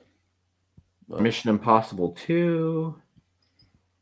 Meet Too Joe much Black. testosterone? What? I'm gonna have to watch Wuthering Heights then, because I would love it. Does it have as much testosterone as Yellowstone though? Probably not. Probably not. Yellowstone's awesome. Love Yellowstone. R.I.P. Yellowstone. Oh my God, he was in Free Jack. The great movie with Emilio Estevez and Mick Jagger. Did you watch Yellowstone at all, Dan? No. Oh my God, Dan, you're missing out. It's like the Sopranos of ranching. I just don't have the time to commit. It's not even that bad. It's only, I think, 10 episodes per season. I'm having trouble finding time watching stupid Disney series. Oh my God. With Doom Prophecy, after the third episode, I just don't even want to review anymore. Did you like Dune Prophecy at all? I've heard 3 videos basically fucking in its mouth. Bye, Tessa. Bye, Tessa. We bored her. She's out. She's going to read. Merry Christmas. Merry Christmas. Thanks for stopping by. Come get on a plane and come down here. Bye. Maybe I should go to MegaCon one of these days. I don't know, man. I think I only have a couple cons left in me because I stopped collecting comics. So yeah, she offered to come down after Jen passed. And I was like, no, I'm not that much of a mess. I'm like, yeah, go ahead and come down. Yeah.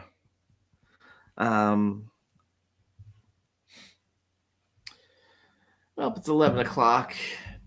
So I haven't watched Supernatural yet because I watched a couple episodes. I'm like, this is not for me.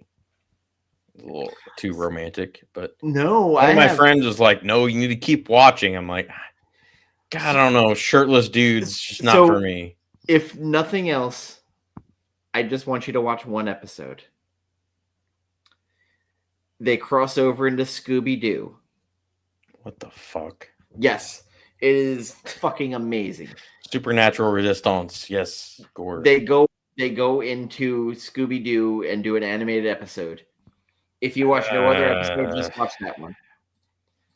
I mean, I don't know. I'm kind of curious now. Vincent Ackles tries to fuck Velma, and he starts fucking with Fred. Oh yeah, the show is horny as fuck. That sounds. I don't know about that. I don't know.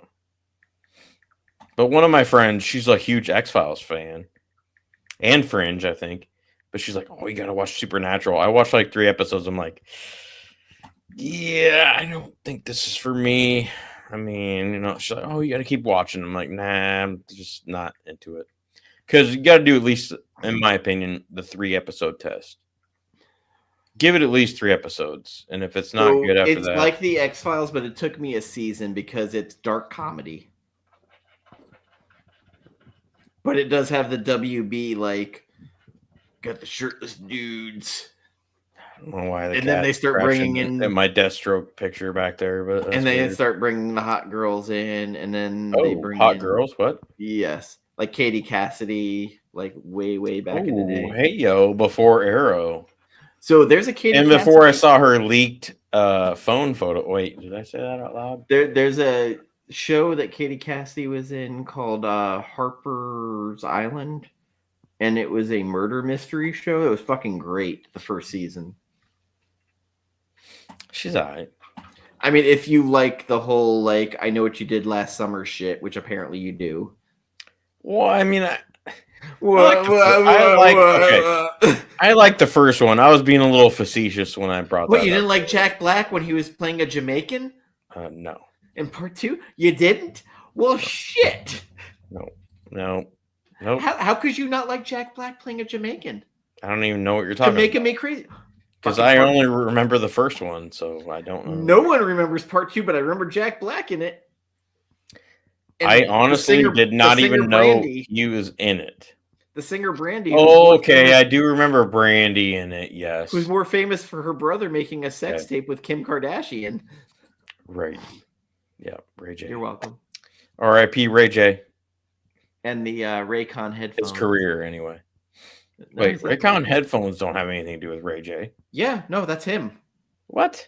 He's the founder. Get the fuck out of here. I almost bought some. Yeah. There's no way he's the founder of that shit. Have you not watched the videos? I don't him promoting them? No. Oh yeah. I haven't seen him for years. The Ray and Raycon stands for Ray J. Oh my god, I'm definitely not buying any now. Fuck that shit. Every little bit's got a little Kardashian sex tape stick on it. Thank you for letting me know about that, because I almost bought some Raycons. Because you know why? I thought they were the defense contractor. Like, never mind. Anyway, boy, I've got a joke there, and I'm not going to do it. Do it. Fair game. It's after 10 p.m. Central Time. You're good. It's a little defense against some skankiness. Do it. I just said nobody will judge you. No, that was my joke. Oh. Why the fuck are you trying to open that door? He ain't getting in. She wants out. She's like, the jokes are getting bad. I gotta get out of here. She can go out this way, so she don't need to. She wants out that door. It Follows, the novel closely. Speaking of It Follows, that's a great horror movie. No, it's not. And the music score is excellent too. It is not a good movie. Dan, you're a poo-pooer. That movie is awesome. Love It Follows. That and the Babadook were so overhyped. I love the Babadook. Excellent. I've never wanted to throw a kid out a window more than I did in that movie. I want to buy the Babadook. I think if they come out with a Criterion, I'm going to buy it. There was a book that came out that actually had like a pop-up book with the Babadook. I remember you telling me that. Yeah, I forget who put that out. Why didn't you like the Babadook? I've never heard why. Because I wanted to fucking strangle that kid myself. The kid, okay. I was rooting besides the kid, what did you think of the movie? I wanted to strangle the kid and throw him out a window.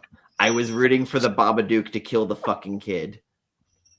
All right, fair enough. I mean, the first, I would say half of the movie, I was probably there with you. I'm not gonna lie. And you know what's crazy? I love Micah Monroe.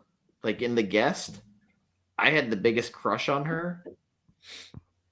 And then I watched It Follows, and something about a supernatural STD just completely turned me off of watching that movie.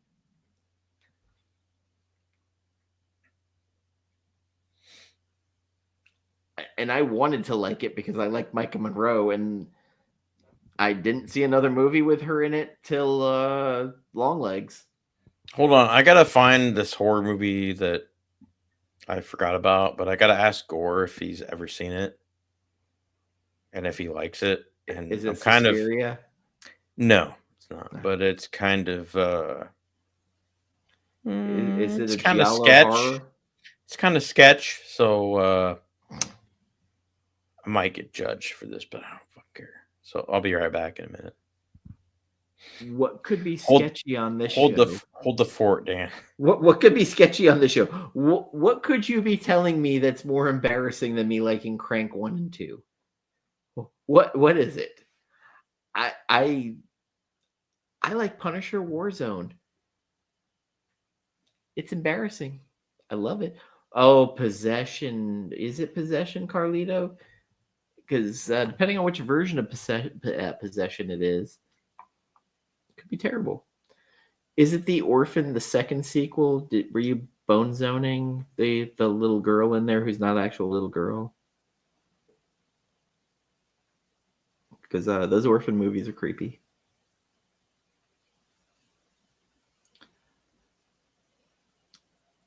Oh, gore. The Crank movies are so good because they're so bad. Jason Statham, they have him doing comedy and he's so comically untalented. The Possession. Isabella Johnny and Sam Neill. All right. I got it. I think it's French, if I'm not mistaken. I believe that's say. Oh, Sleep Tight. Sleep Tight. Really creepy. But I want to know if Gore's seen it. Or anybody else in the chat for that matter. I've never heard of anybody in this fucking movie. It's creepy as fuck, but it's so intense.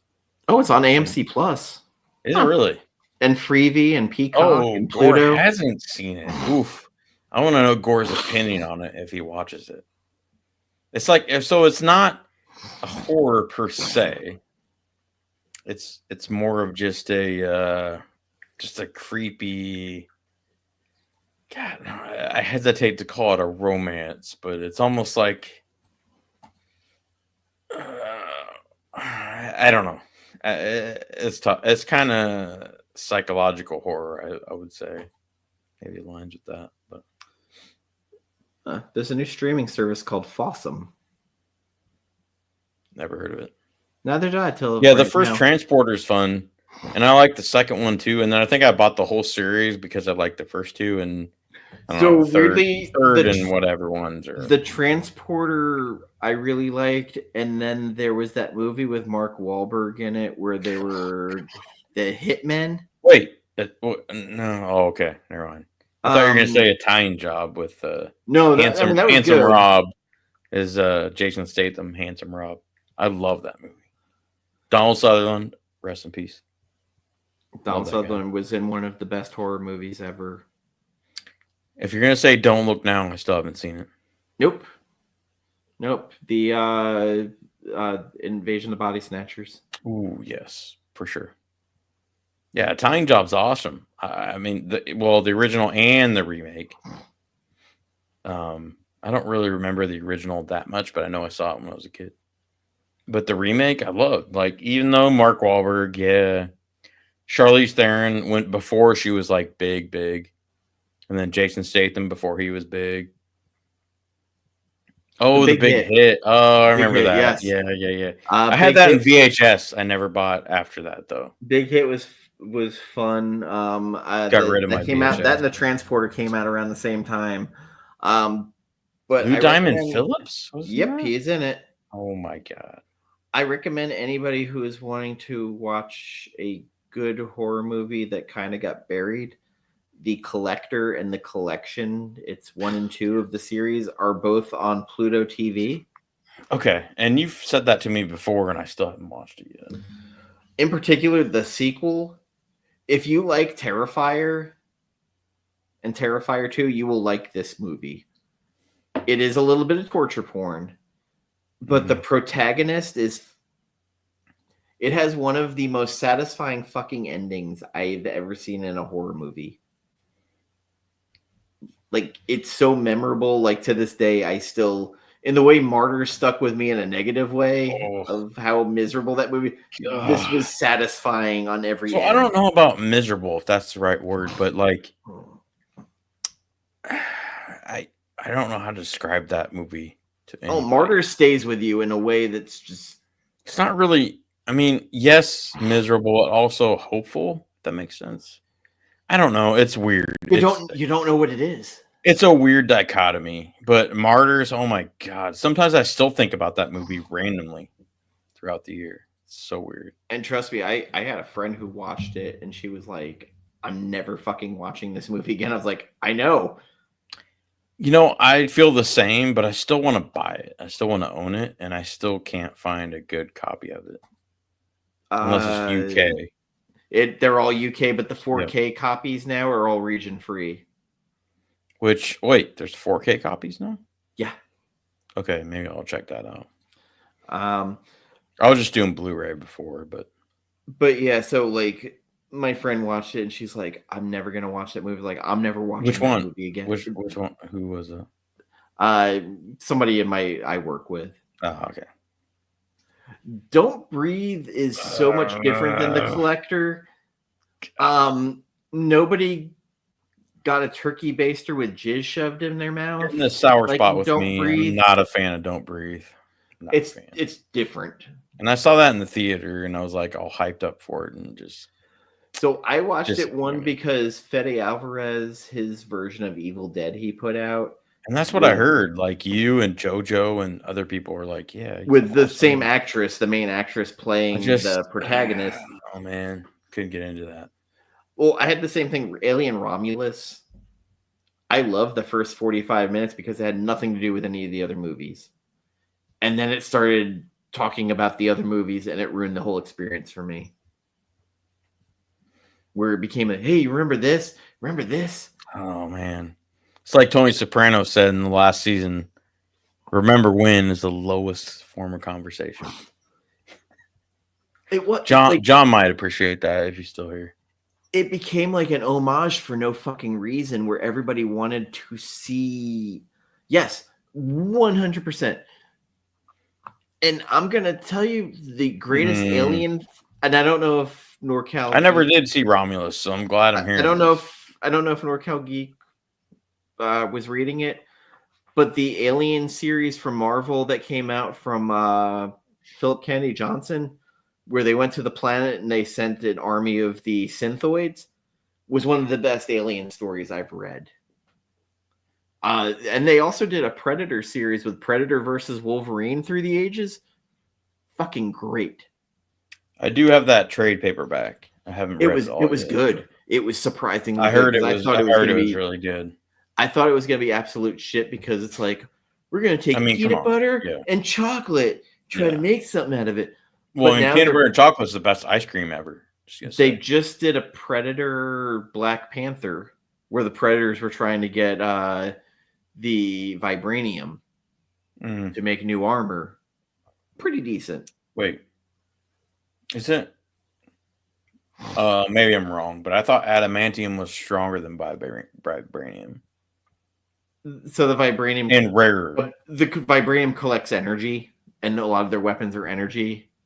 The Predators. Yeah, that's true. So it was to help them with their clan wars and stuff.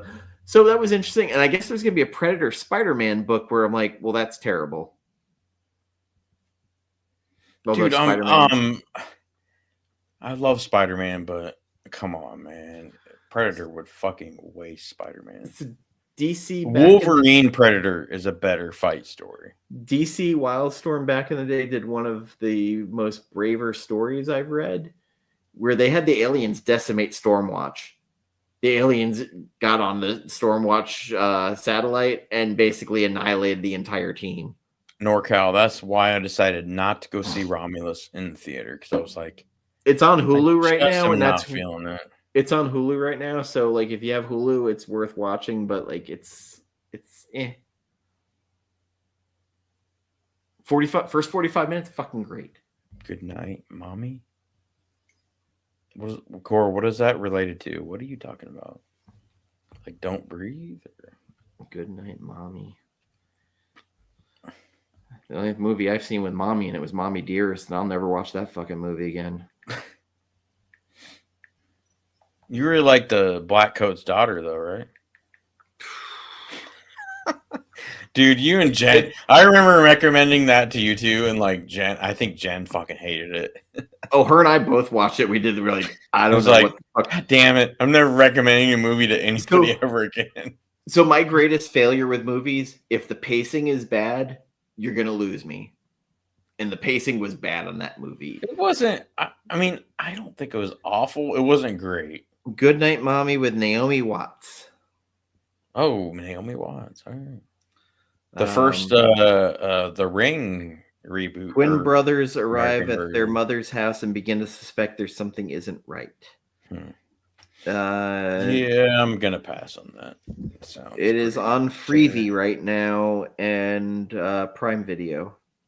All right. So there's a great app to see if something's streaming called Just Watch, and it shows you everything it's streaming on. Oh, a slow burn movie sounds just like I want to watch.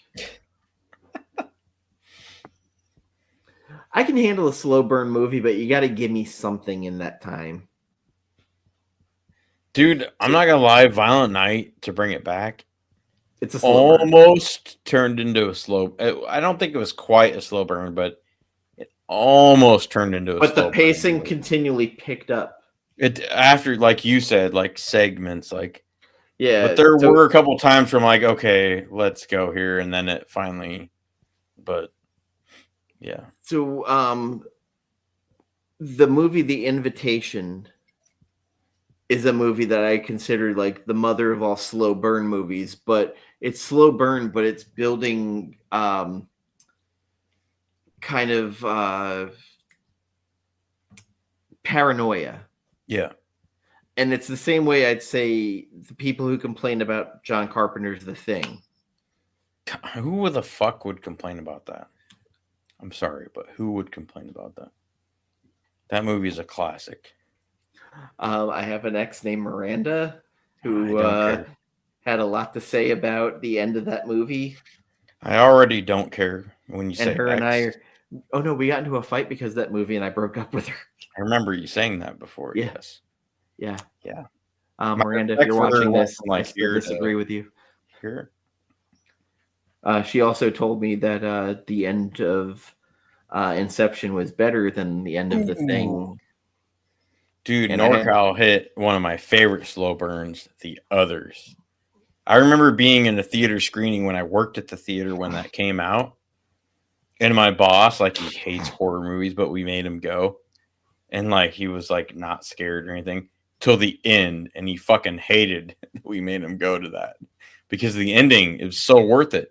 The ending was satisfying. Such a slow burn. But so I would almost say The Sixth Sense was a slow burn. Yeah, but once you know the ending of that, it's like... Well, no, but I mean, the first time you ever watched it when, like, it first came out and you didn't know a thing.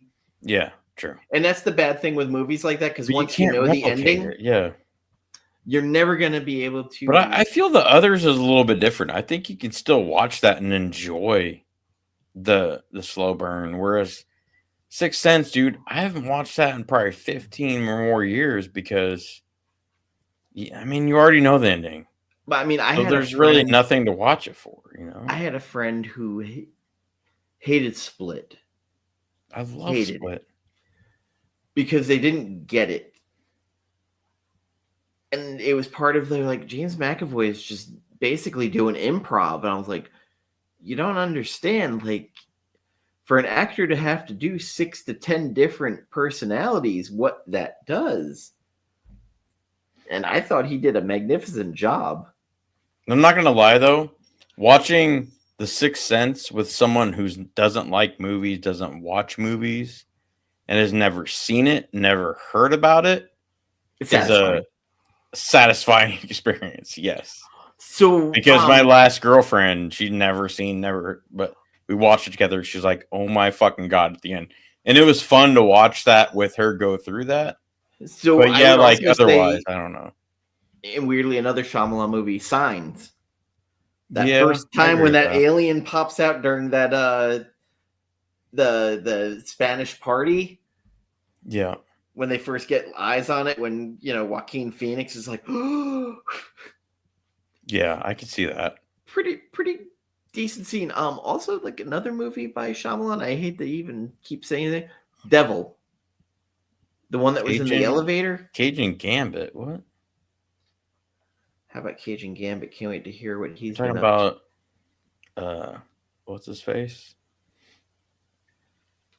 My Friend Gambit? What are we talking about? Talking about Wolverine, Deadpool Gambit? I don't know. I'm had just enough drinks that I'm not comprehending. But yeah, NorCal, Sixth Sense, it is genius. It's just okay. My Friend Gambit has been in Puerto Rico. Okay. Oh, okay. Oh, okay. Gotcha. Yeah, dude, I would love to get on a show with Gambit. Fuck, I'd love to talk to that dude. I'm not worthy, but if I could, he's just I can barely talk to him lately.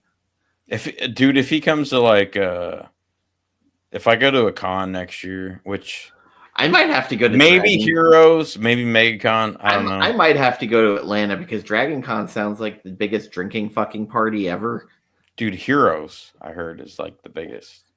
But Because yeah, like you, one of those two or he three. went to Dragon in Atlanta, and there's just all these weird parties left and right. And well, Atlanta, yeah, there's a lot of big spenders down there. But yeah, one of those three. If I go, dude, I definitely want to hang out with Gambit. Sure. Dragon's the party con. And I'm going to get on a wait list to get a tattoo because if I ever get a tattoo, which I probably won't, but if I do, well, I know he said that Tessa wanted a tattoo. Next time she comes down, he'd tattoo her. Ayo.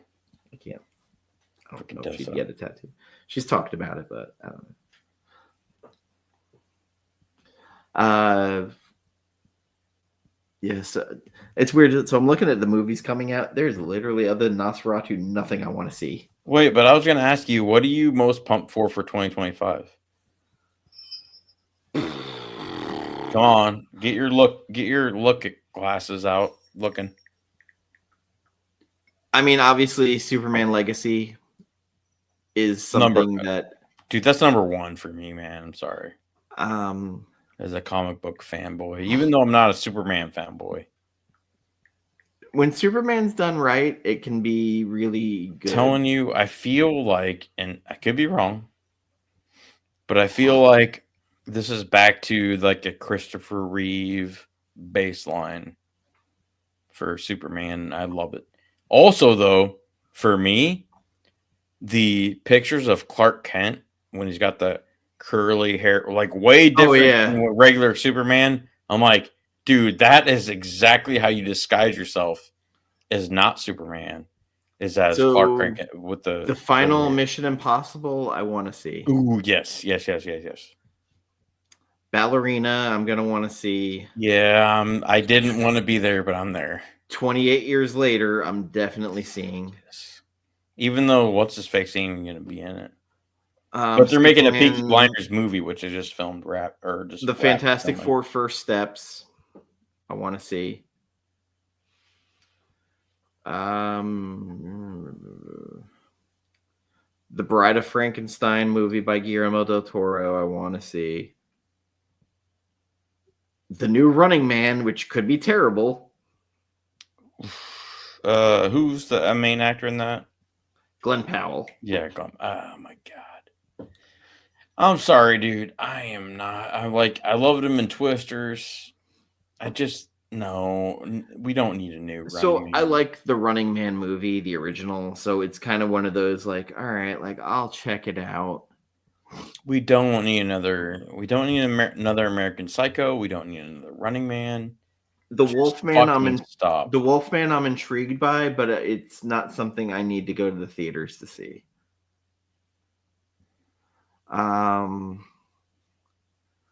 Let's see. Yeah, Gore for sure. Captain America: 100%. Brave New World. I want to see what kind of a mess it's going to end up being. And Gore, I am with James Gunn until I see the finished product and it's not up to my standards, but I think it will be because James Gunn has not disappointed for me. But yeah. That's what I thought too. Like, I don't know. I'm intrigued now. I just hope DC doesn't shackle him at all. The Accountant Part 2. Oh yeah, The Accountant Part 2. Yeah, the first one was great, man. I loved it. I was surprised. I was like, Ben Affleck's just trying to do what Matt Damon did with Bourne. And I'm like, not interested. But Thunderbolts, I'm intrigued. It could be a mess. Final Destination: Bloodlines. I love this Final Destination movies. I'll watch it. Okay. Yeah. All right. Now, movies we don't need. Dirty Dancing 2. American Psycho reboot. Karate Kid Legends. Don't need to be. Definitely don't need it. But 28 years later, I can't wait to see. Megan 2.0, I don't think we really needed. Matt Stone and Trey Parker musical, I will watch. Okay. The Fantastic Four First Steps. The Naked Gun. I hope that's not a remake because that can't be good. Oh my god.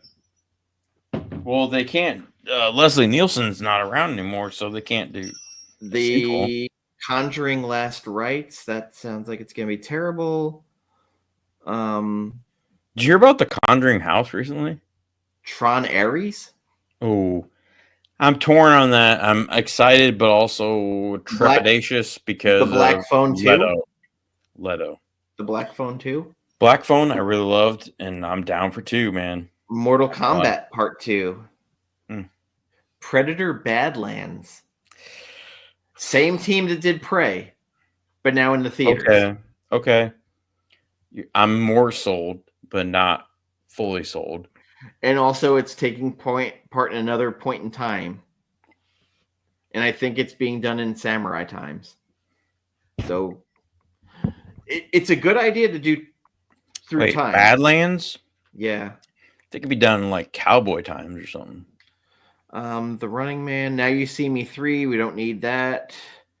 Five Nights at Freddy's 2, the first one bombed. Anaconda, the remake. That can't be good. Yeah, I'm feeling like we don't need that. Predator Badlands.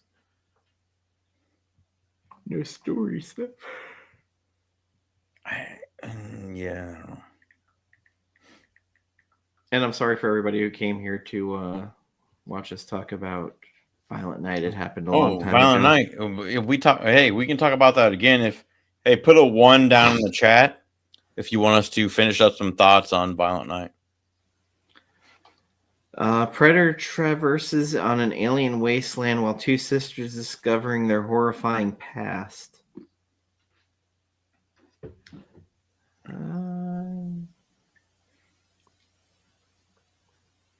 Avatar 3.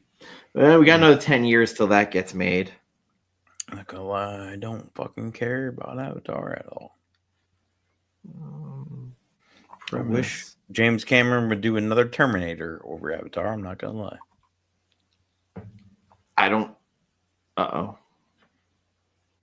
Violent Night Resistance. What the fuck, Gore? You haven't even seen that either?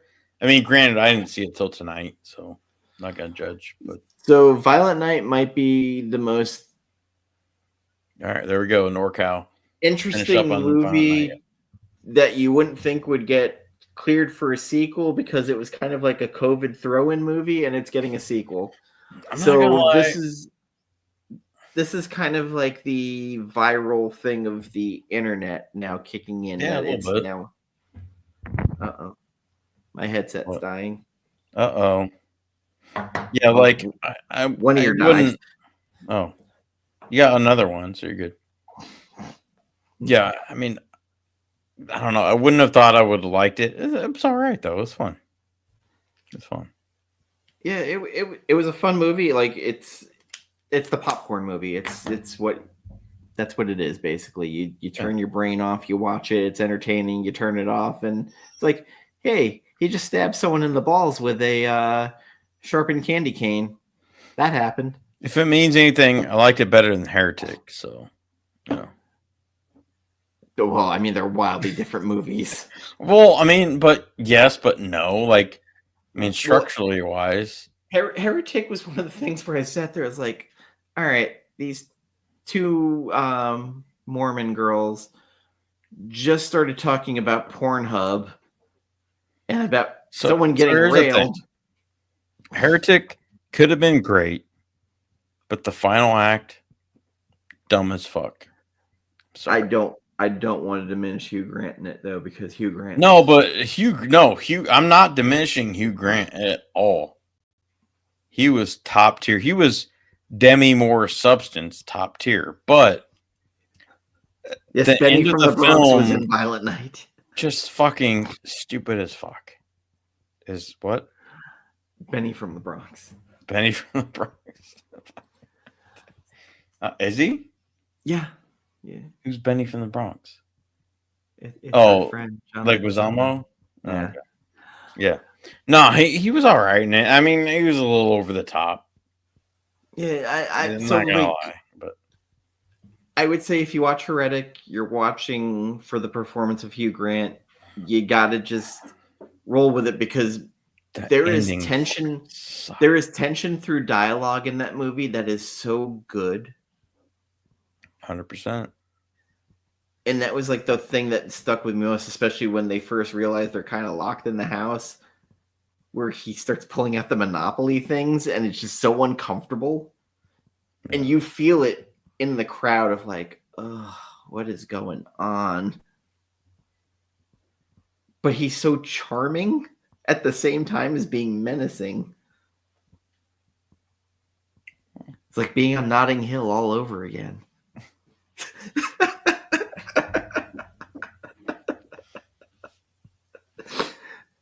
Made me control myself after that one. I'm sorry. I saw you start drinking and I said the joke. Oh shit. We're at the 2.5 hour mark. I think it's time to call it. Fine.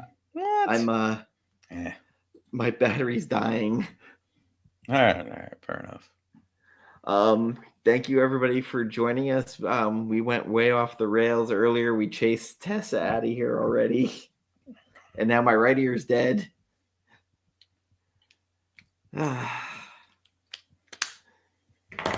So that's just telling me it's over.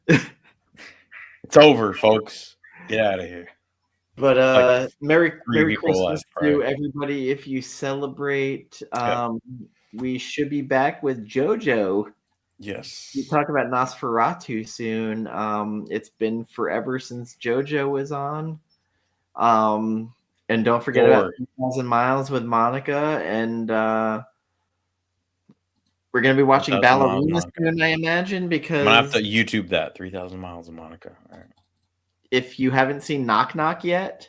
Yeah. Gore, if you haven't seen Knock Knock yet, watch Knock Knock. You will love Anna de Armas even more. And to be honest, I hate the director. I mean, I don't hate him. I'm kind of indifferent, but I understand the hate. So I mean, he writes douchey characters, I guess. Yes, he does. 100%. Like it's Eli Roth, right? Yes, Thanksgiving was funny, but it was douchey.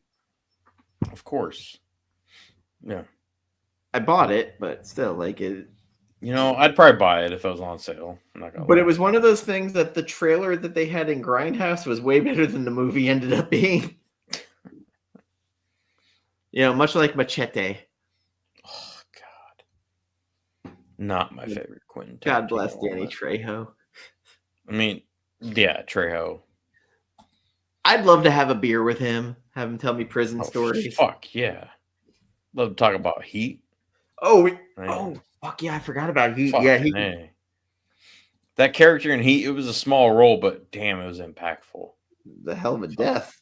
Don't leave me like this, Danny. Don't leave me like this. And Val Kilmer, one of his last real big roles before he started medically going downhill. Yeah. It's sad seeing that stuff. That documentary about him was rough. Oh, man. But it was so worth watching, though. Oh, very much so. Very sad, but worth watching. For anybody, if you didn't watch Kiss Kiss Bang Bang, it's another great one with him and Robert Downey. Oh, man. See, I could see Trejo being nice. Yeah, he could be super cool, I bet. Super chill.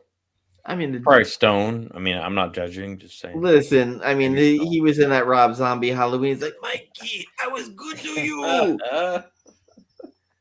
I hate that movie. You know, I mean, maybe not. Maybe not. You never know. But thank you, everybody. Hope you have a great Christmas with your loved ones, and Happy New Year. Happy we could be here for you tonight. If you didn't have anybody to spend it with, like my dumbass, just home by myself, and you know, spend it with your friends with a couple of drinks, talking about movies, because this is what I'd be doing at a bar. Because there's always that one asshole at the bar who happens to know something about a movie. Usually it's me. You can say usually, yeah. It'd be like you or me. Yeah. Has anybody here seen The Godfather? Why, yes, I have. Would you like to talk about Ray Liotta and Goodfellas? And let me tell you my thoughts about Karen. You want to talk about Christopher Nolan? Yeah. Heyo. Heyo. Yes. All right, guys. Channel 1 subscribe less than from 500. What? Okay. Wow. All right. Just barely at 500. I mean, I'm like 200 or maybe less than that now. I unsubbed a lot of people the past couple of days, so they probably unsubbed me. Yeah, I kind of laugh that there's someone in the community who's way bigger than me, that I have more subscribers than. That I kind of I laugh. don't post a lot of videos and lives though, so I don't expect. No, I'm probably gonna do a little bit more pre-recorded stuff for the comic stuff because I have a lot of random thoughts that I can just do on my phone real quick. Do some shorts, man. Shorts are huge. I can never stay less than a minute. That's the problem. I'm too verbose. All right, I hear you that. Like, especially like I've done a lot of it walking out of the movies. Especially walking out of movies, I've done my little reviews of like, hey, I watched the Meg 2. If you're looking for Shakespeare, this ain't it. The Meg. I haven't even seen the original or the sequel. And Listen, I the probably minute won't. they told me that I'm sorry, I Jason don't Statham, like that shit. I'm just not in sharks. the minute they told me Jason Statham was a marine biologist, you fucking got my money. Like, this is the last person in the I world. want to create a movie where Jason Statham's a marine biologist and he's like going up against like Megalodon or something. I loved the Beekeeper. It was so ridiculous. I do kind of want to watch that. It's on my list, but And now way down. if you wanted to make him a botanist, or like what are the, was it a herpetologist or whatever, the people that do snakes, and put him in a new Anaconda movie, I'd watch it. Gotcha. I mean, listen, we had who was Angelina Jolie's father. You had him in Anaconda playing a Brazilian. John Voight, yeah. John Voight. It's the Anaconda. Dude, that guy, Enemy of the State. Oh my god, that guy was awesome. Okay, Enemy of the State was good. Yeah, Enemy of the State. I mean, that was like the